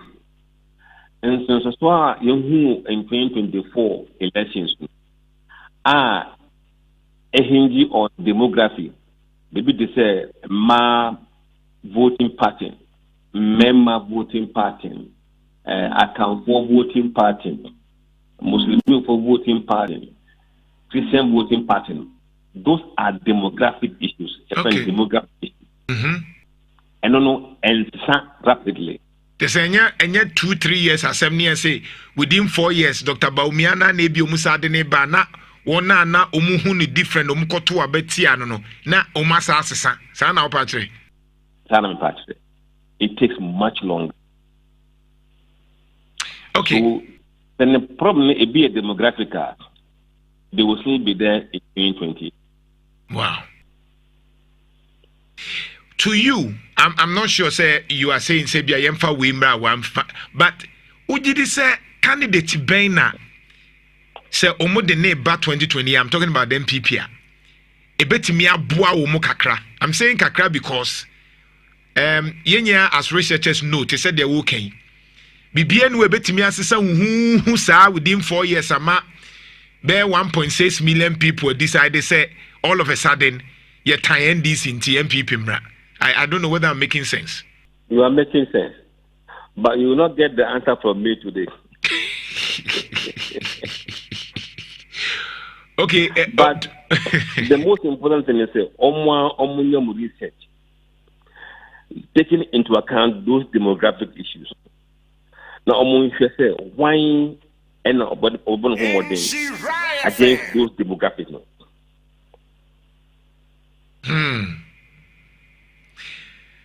Na minimsa unia ketwa miracle ene wodie se mochia ne MPP fo ya de bia mo se utwa lotu obi kura se utwitwa bi menso me ne wonam yi mi hu so anu nsada ezi utwitwa bia no asori a no aba be ka de wo pe se wote sa de no a wonim se wakoye research wonim se these are facts enye kasatentin bia na obi a onye bi eba na obe attack wo didi watem sa na eya sai na wo si hu no Nana, it doesn't bother me, but I feel sorry for them for doing that. Because you see, Obia Bonhumbo say Obe attacking voters of discerning mind. And anybody who disputes science and data and facts, in the eyes of well-meaning Ghanaians, is seen as stupid. And that doesn't augur well for the brand. Right. So say MPP is losing the middle class and the elite voters now. It is because of this openly hostility against facts and data and against people who put science ahead of everything. When you attack these people, you create doubt in the minds of these people, say, you know what you are doing. And that will drive them away from you. Nano na enra papa engineer Kwabena eje Japan ka bibi se by elections no eboka dodo ntinka yentwam na se NDC ni MPB na afrimu a na onyanwie na ade na ne apɛ obi na yɛde ono NDC ni replace MPP ni anka yenye ne sa danse ebekɔ a ne akɔbɔ kasa by elections no yenya de yeye na the party no nipa no be free mu no ana bibi be si nti ne replace na na sesela by elections ne yenye nana se ekuro eda wona ho a you treat it who tell na name free ho by election for MP omo amotuma MP no enye party na amotuma wo they vote for that person. And Mekache will say, and it's Kumi, 13% of NDC people who went and voted for him. You will be what is the sense in doing that? What happens to my vote that due to my candidate? Somebody, what can I do? I want somebody to represent me by virtue of universal adult service voting, not allowing party gurus to elect somebody who may have paid money to get that seat. I don't want that. We should find a way to make by-elections sensible and cheaper to run. It is the politicians who have made it expensive.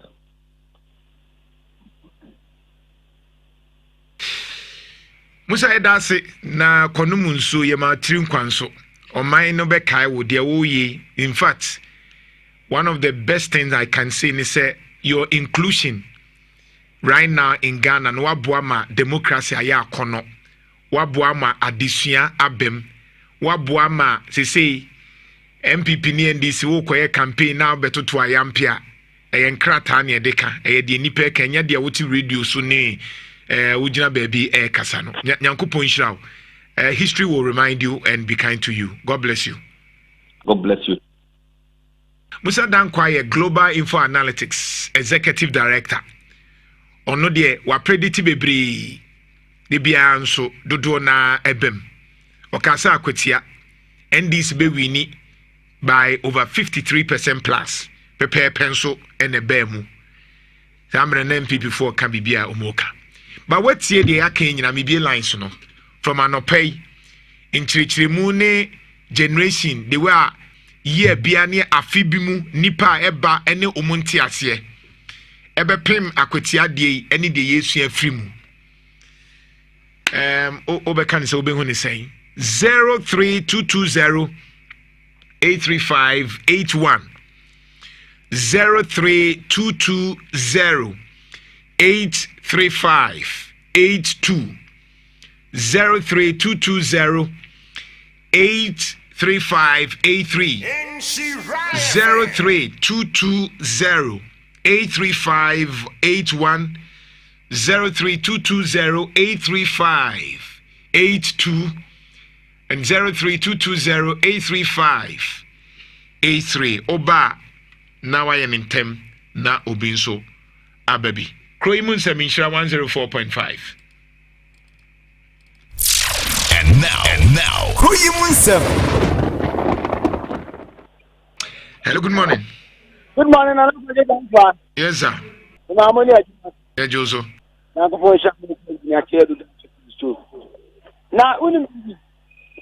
Mamma, Yafuabaso. Mamma, politician, more system, no swabba. As the Sabbath, Lemon can't make any union 7 Obu always respect now move eh na I'm just na John mama omu tutu omu ma ndi ti party tutu omu ma e akomata aga no just that's it. Hello, good morning. Nana Mejoso. Mejoso. Izo. Oria, na o ti say. Me hu ye unso e. Komase Bruno, friend de nyame. Right. Me tia kokwa. Okay. Na me tia ishafem. Tu ni nyina nyame shamo. In fact, say do pana ya for yes, radio station and tu shira. E lusu ade big time pa. Na me ankitia mo na me kire no pay. Nana? Ka? En semwa waburu so neno. Wotena sen semwa waburu so neno. Me ni say MPP for the baby pia. Because so the utie so the info analytic papai Musa echeche mu ya. Uka sembi e ma ni be batwese. Musa de yen say sisi ase kan pipi na wopawa obi che se mi damfi yen for good board e money da because yawo gurus bi o a obi kukua doctorate ni PhD ene ho anwan ti say che be se bo surum level no gurus ma boy for good board ma do kwede. Look at how appointments are your mama ye ko kai obi ti fi ba bi say awaro ka bia ma ndisi fo ka bia ma oh well as say asaba ye kanu e generation ya duru ho a champion for me say MPP ti se be delegate ya e bi mu 70 years nyina a shi MPP abomu delegate obi onye 70 the fortune say come da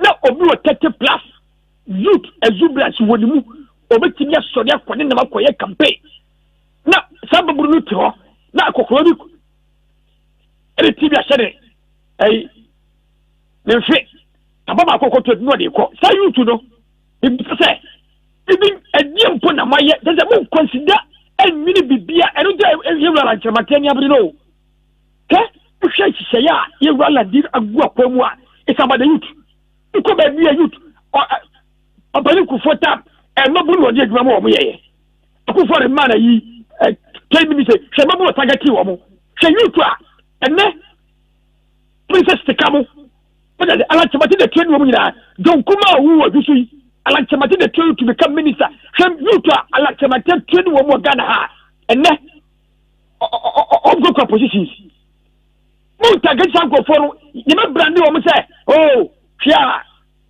omo pe ya 17 no e dwuma de ni bad ya ko ma ne da ko fam ko krofo no ti say ayi ya safu mafo no sɛkyɛ mensa bɔsuru mu a sisi a wɔn nyinaa yɛ akɛkiri no so ne yɛ polisi nsa saa mɔm wɔn sisi a baabi anam yi hwɛ wɔn di n'akyi no wɔn yɛ mpanyinfoɔ wɔn di baabi akyi ɛne yɛrɛ fa saa ma sɛ baabi awi ni sɛ dɛ saa nkurɔfoɔ nua ne bɛ saa yɛ ministers ɛna as youth as mmerɛ akaboagye wɔn bɛ tie mpanyinfoɔ etie nyansasɛm a mpanyinfoɔ ɛka etie ntɛsɛyɛ a wɔn yi a bɛ pati yɛ akɔnɔ no.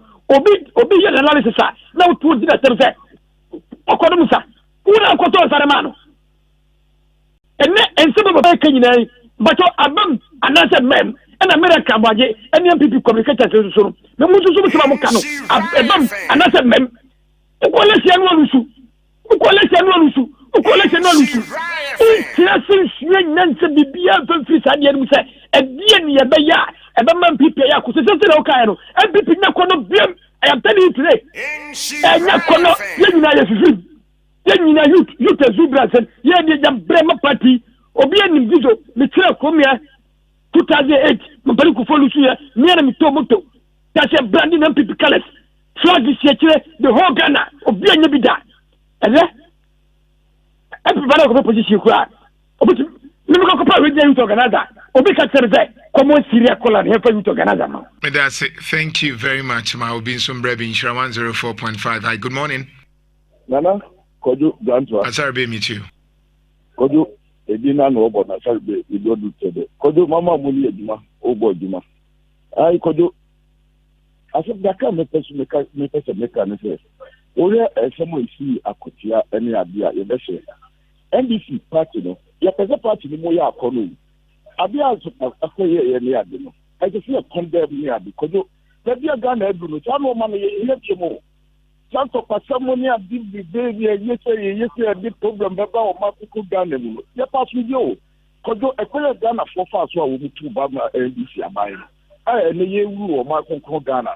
Because you impress our problem medium near there, but yeah, I'm a wire a Chayama Ghana for warfare. Now, Marco Toba, it's never saying Yambo. Chance of someone near there, Yamu with the party money. And we should condemn that. And who is your party a baby? Now, for the Musa Banka, the prediction, be our idea, a milliard. And then NBC Okana Bum, and then Okana Bum Yadi. Because a bedroom will be or better a bit any other, yes, a better party. No, Mammy, young father said, yeah, I can't let you. Yeah, Bayard, you have grand yard, Mommy China Supum, me to see a party no near the. Because you're done a forward which you are in this abandoned. Any party you be Bonivia, a Bema party now called opposition. You say. A pioneer year for you rule minor, a bug rule minor, because you're charming Montetri. You're charming Montetri. Yeah, because you move money at the you, because my men for now we so now platform Takaka we so. Agenda 111 year was yeah, it was almost 50% complete. You best tell your president and a health minister. Mama money came room. Although a mura the home for Mama money came room. Mama may hospital on your prisoner. Name one for what you map money important. Kodo family, you know. Yes, that's Insurance 104.5 KuroYiMuNsem. Good morning. Good morning. Good morning, Nana. Yes, sir. Wow, this year could be this. Kofi meet you. Yo, Nana, my memoir about some papa. Nana, I'm a pen someone, Makano. Namishiramu. The political parties, you know, or Mudibaya Juma and Kababua. Nana, a full crowd back. Nyan, you chat near Biafufro, Menefi, and also Ababa Yediani. What you say? And the political party, Yadidom, Yadi. That's a more dealing with all bulls in Kwa Mufichano at the same. Future in New York because I will build a political party. As still, we make sure say young ones no almost over build no almost about the young penny for a chin penny for any no more take over. Yami ensure papa say political parties need to be Juma or Fanya Juma. A bab woman. Nana Akotia by election. Ya de akona wie ye. Yes, sir. O my Ghana ye pasumje. Asumje ye pe ye ni ayere boko. And no more way na simuma tungu yachi. Nation puntu juma ebeba akotia ya to aba ayi obi a obehwe ayem de se begenia obekwa kofrim puntu odi abro mo enu na sesi ayehia akotia ensu benya puntu juma ho nyenim se excellence John Dramani Mahama sanya obrodi oman no obi abenya ne chafa obi anka na komantu ni yam what you say obi atese na wo shi obi a na nim se de because onim se oman no future you were John Dramani Mahama, Elberdo, Mino. So Bianca Kuantini Yam, MPP for Kuantini Yam, Sanya Mobaya or Mino, Mobayan Passano, Excellency John Dramani Mahama, or Ciesi or Mino, or Minor Jen now so. The China Bucana and this in New York, and as you were John Dramani Mahama and New York, New take over one cobre. Alright, from Rayajuma, Yami. Eda Zikofi and this. Good morning. Good morning, and Jantuah. Yes, sir. Thomas, and Sebo Brassing. Thomas, meet you. Nana, that's a pa. Said the Biamecon. Messi, I hear a man who could be was seven. Dibia and Kunimdino Ababana fan. Into the America send this to Queen and say, Teddy in your wedding Kakano. I did be a course of party in Bia, any piano. When I gone to a Becano. Sɛ funny serious pa ni tu wana mo anya se bia wotama nyoku biu nemum oyetima muni a enoma bi koso na nya ɛsɛ wɔyɛ de wɔka enti se bibi koso na sɛnyɛ no wɔka endi zivɔ mpanifo esrɛ mo moma yintie no san sɛ na Jantuah wayɛ kyɛ sɛ enipa bi a asɛm na ɔbɛka biara no ɛwɔ ɔdwene ho a wonte aseɛ ɛyɛ nyankopɔn na ayɛ ne sa nti mom yɛmfa no na deɛ ɔbɛka biara no yɛntie ne yɛnyɛ nana na mmom ɛyɛ kwan a ɔmo yɛ ɛyɛ ɔmampanyin Akufo-Addo kwan a no ɔyɛ wɔ ɛyɛ ɔba kɔkɛre a ufiri Broni kurom ɛba bɔ brase a ana ɛkwan no ɛso da hɔ no mo etwa mna bi wɔ kwan no mu a ɔmo yɛ bridge no ɔmo anwi ama deɛ yɛ no nyɛ papa nti ɛsrɛ sɛ ɔmampanyin ɔhwɛ na contractor na ɔba bɛyɛ kwan no wɔmɛmɛ yɛ mfama yɛ na mentia ɛyɛ DC Esia wɔ kwaprɔbɔ ɛwɔ ne mpɛsua so nti wɔn abɔ charge baabi a obi ano ekyɛw na no pɛyin na me da ase no oduma pa odi Yes, that's. Hello, good morning. Hello. Yep. Nana. Hey, that group. That group. On your case here. That's it. Producer. Kakra, that group. But I'm just something regional DC chairman and everything. Near jacket me now. You to know. Asema now okay. Mekasa, maybe a chuma na. Orata mess. Yamin fan krasi. What do you put your tomu ba politics? You show more. 2% ya to mada chibesi na mabro mutampa bosu mutimi ebibino na PP 40 kroma di prof atem na branti onya adwuma da na branti omunya adwuma da na omudi omuse position and no kuja to wo idea na obode bu agana ke mapura prof asha ase no radio to man mama edu omura politics impejo omo and na wo ba bi o ma do the same thing na obo youth and this ma asafo ajembi mi amo Rudy Apostle, just a youth or brand new ammo. As a political party, that's one kind, yes, paying for Jimmy Booby said, some paying for to sign or come up with him. And I am in the passer. Tell you, but the audio to us said, young Cocker from the ABP. Bob Ruby out of the shots, yeah, what you mean ever happen in part. And I see the brain, that's the thing. All right, could you jump to the Soccer man? Good morning. Good morning, Bema. What am I say? Me who you mean? Pacha Abdul Hamid ni after kabe no kitchen be kasa free. Me too kasa. Yanko ba isha no yo kasa. Ye fra wo no ko pon wan bo ko ba mai. Na atuma o kabia no.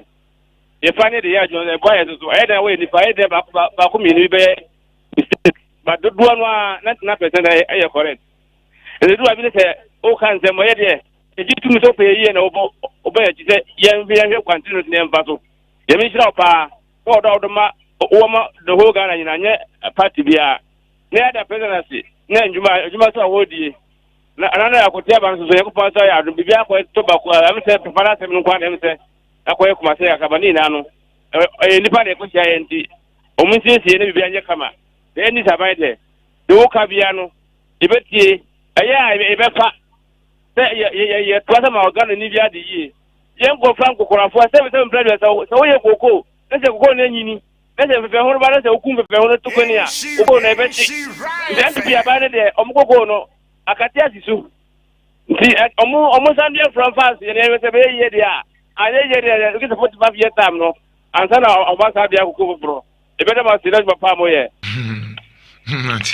hello good morning nana kojo Jantuah de so katwa man Bema meet you down kwet me do nyina gini down kwet meet you nana mamentia Dr. Brene Campon obebunu MPP party no say you beti ya futu pa mesre nana we one zani e kan bi difa delegate unana se me adwumampo no amewo se wo for your delegate abona nana youth organizer go across na 45 years hey nana she e problem o ye bi mu adwumo e problem ya besere ye mpanyin for we ene ye the youth and a build wo man or the build ye kuo bia ye the youth na de mpanyimfo kakra bia momanya futuo ndi ne say ye wa council of state mpanyimfo mbetu obifo na youth ni ye adwuma na mpanyimfo tu omofo ye besere mum ye sisa no mam wanza na nam ko bu anu atema bon ahye ni botom no de nam no de ni age group na dey e system e du abema no kura de won pe woni ma ye dey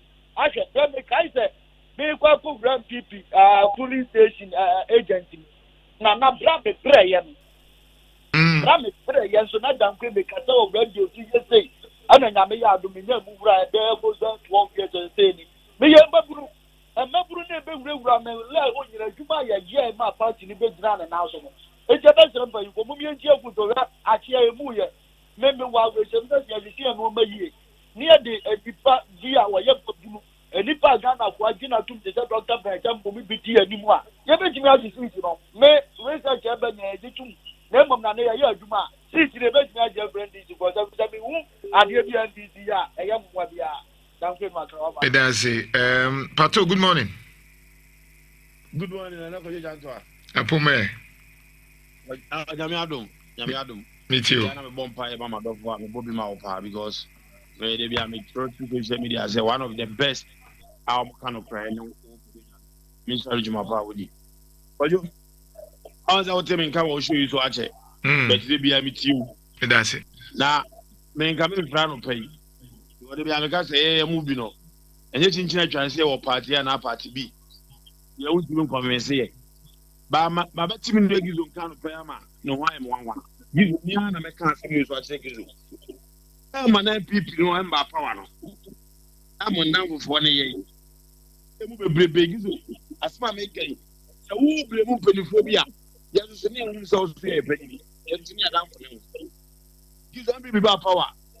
At that time, you know what I remember. They are no nominal. If you have known you, Sandy Marine, I can't talk about what they be announced you to Saturday and no nominal. Then you say one or the other. Yes, we had a convention for you're down for Louis. But now we'll probably be in a party no more. Baby, say, you know.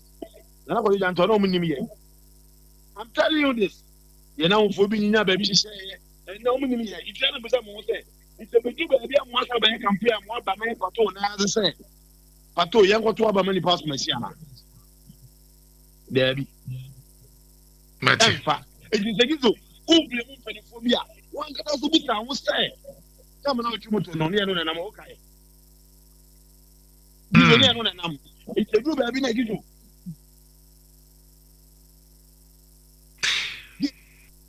Matthew Pato, me that's it. I think that Kofi now knows what but well, that's an expression. Lessons to learn. When you get the opportunity, say we work with Drew baby. Also, mom do it, so they are expecting to, you know, say we work with Quine. Also, feel say Gizo no na. Say or regional minister no, you know, RCC.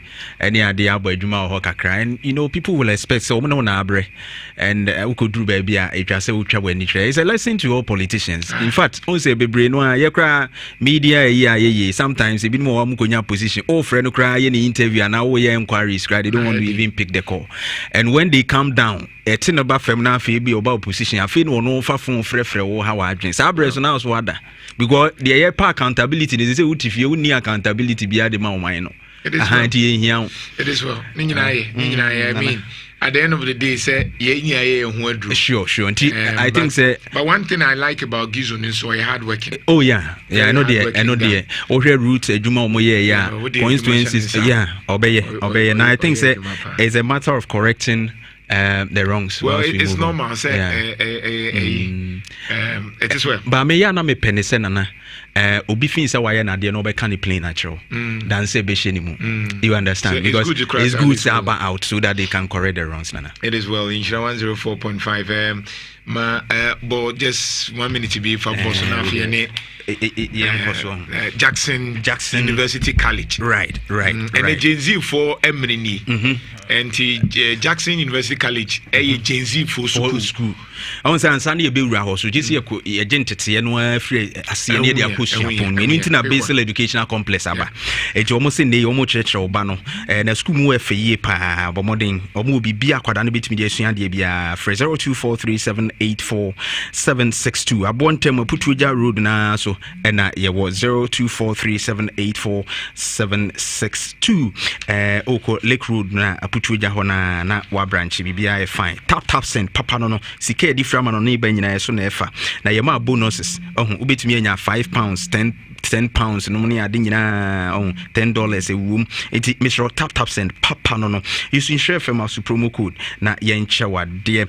ISOC mining and engineering training school, so say dump truck, forklift, excavator, wheel loader, backhoe, and equipment's idea construction mining in one more and a buana fee, or more to me actually 3 months penwary or boissy zungo. Hisense Dine cheaper 0539 732 766 0539 732 766. Star Assurance Oma 40 reasons to smile. It be Roberts Radio Oma Nado Hubo Sanse quarterly draw no Ugusua 10,000 Ghana cedis ubit me winning 0302751333. Star Assurance, your solid partner. Shannon so say Omat perfume mosquito coil no and also ekum tuntum pa na we see bia tattoo bebre bi wo ho abere na agye wo dem wan said ye wo hwibidi no Mr. Omat perfume mosquito coil de ededin ekum tuntum keke Kumasi depot no Edum Family Plaza Accra depot no so Sherman and Afitechiman so 0557484083 0557484083 Omat perfume mosquito coil, protection that lasts, peace that smells good. Send us also bra at 1 or him been one in a pam for better 1 p.m. Nafi or Brejo Medino one more edit at 12. So Nana unim send run Abbas no reading a birthday yeah sure Nana call in the next 5 minutes you know undin komoka kana Jackson say what's the new thing because September drew I mechi tie for ana me hu ache me sure on sorry for pa make sure to see yeah sisi ana de beka say admission ni na bie na September here last 3 weeks yeah graduation my JHS leavers na next one me am so ibo mensem me hwe na JHS for intimidate machine pa at that level now we should about could do investing no betim dey so that yes so dey na say ya mom that foundation no next one so baba JHS leaver na why free be digital dustbin na what dey ade to so a it me dey say we ade wet me say nkranko to ana shase ye genuine ni genuine afa omo the computer and technology ejuma masa no mo yen game some create ni bibi o ma je pa smart washer why on the board ahye nto don sa shase ana inso na bugu nsa ujin sana kati tese ni a ekoso ne de Jackson ya mom that foundation a sisi na page omo nti no konkodu university na so ni nema bebre nti ewie JHS cohort 1 a cohort 2 baso na yesa so ebeye Etre se omano mawie JSS no Jackson University Kale Ashase etiti omo because na China for ni na se for dia mama ko manim pa yes anyoma wi technology enti ma wo bana wawie JSS even senior high school ni no manimbra no omesua sa de we because baby awiase aduru no aha even senior high se na bozi omo chro wasi omo wi a what's next obetwe ansa na wako school obi so beka say o twen 1 year boa no ho ansa na wako school e ma nti na fie ene school kra no ene bebre na wie omunni IT mu nimdie bia then they will finish, they will come to the house maybe na fie then they start blaming say onye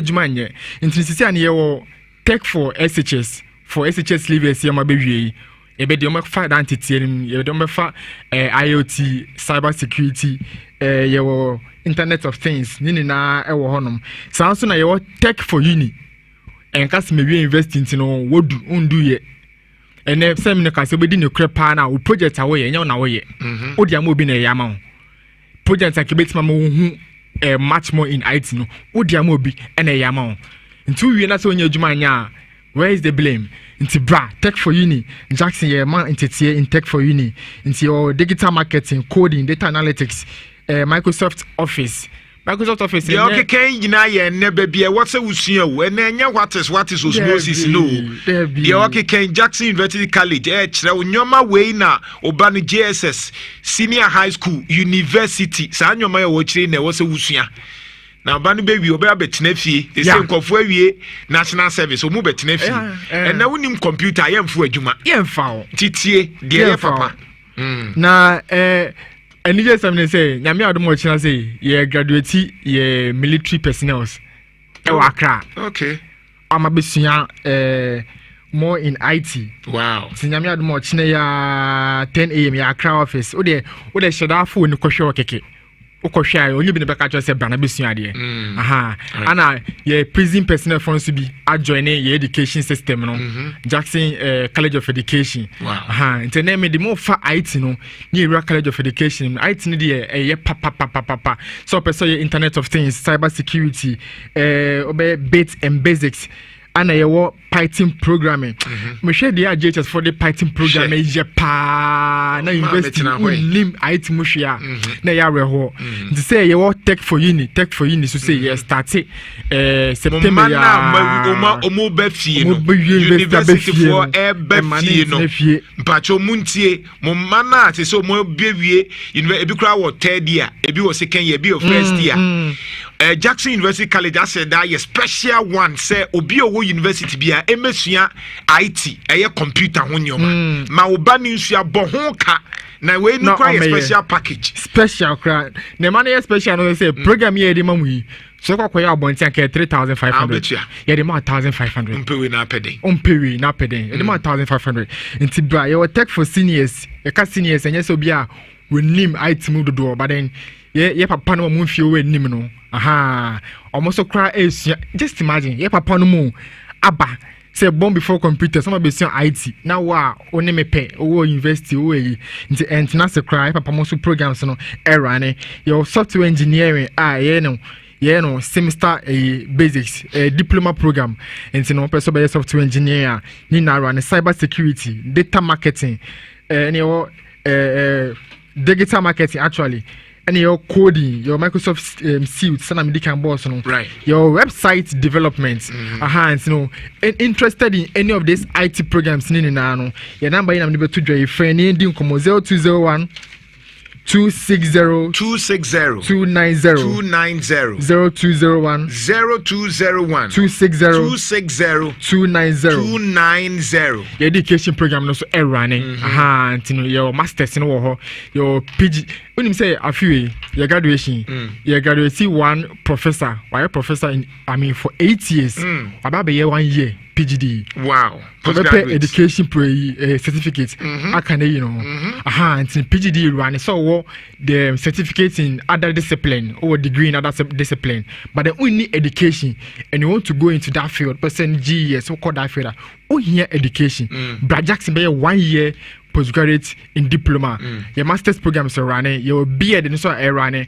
Beard and put the just say we need some IT certificates. Umpewin happening. Fanamani to Jeb 0201 0201 260 290 0201 260 290 Obetimi so phone number we 059 699 6040 6040 0596 996 040 040 your program be at 2 numbers you fry do back for any enquiries now here biano friend ndi nkomo that's nyame ensha bema but you asase bi wo Atonsu High School Junction 5 acres enti mu amu hia asase are commercial activities bia any development no Getsa Properties na nasapon was sa asase no nti se wutie mi afre sa number we CCA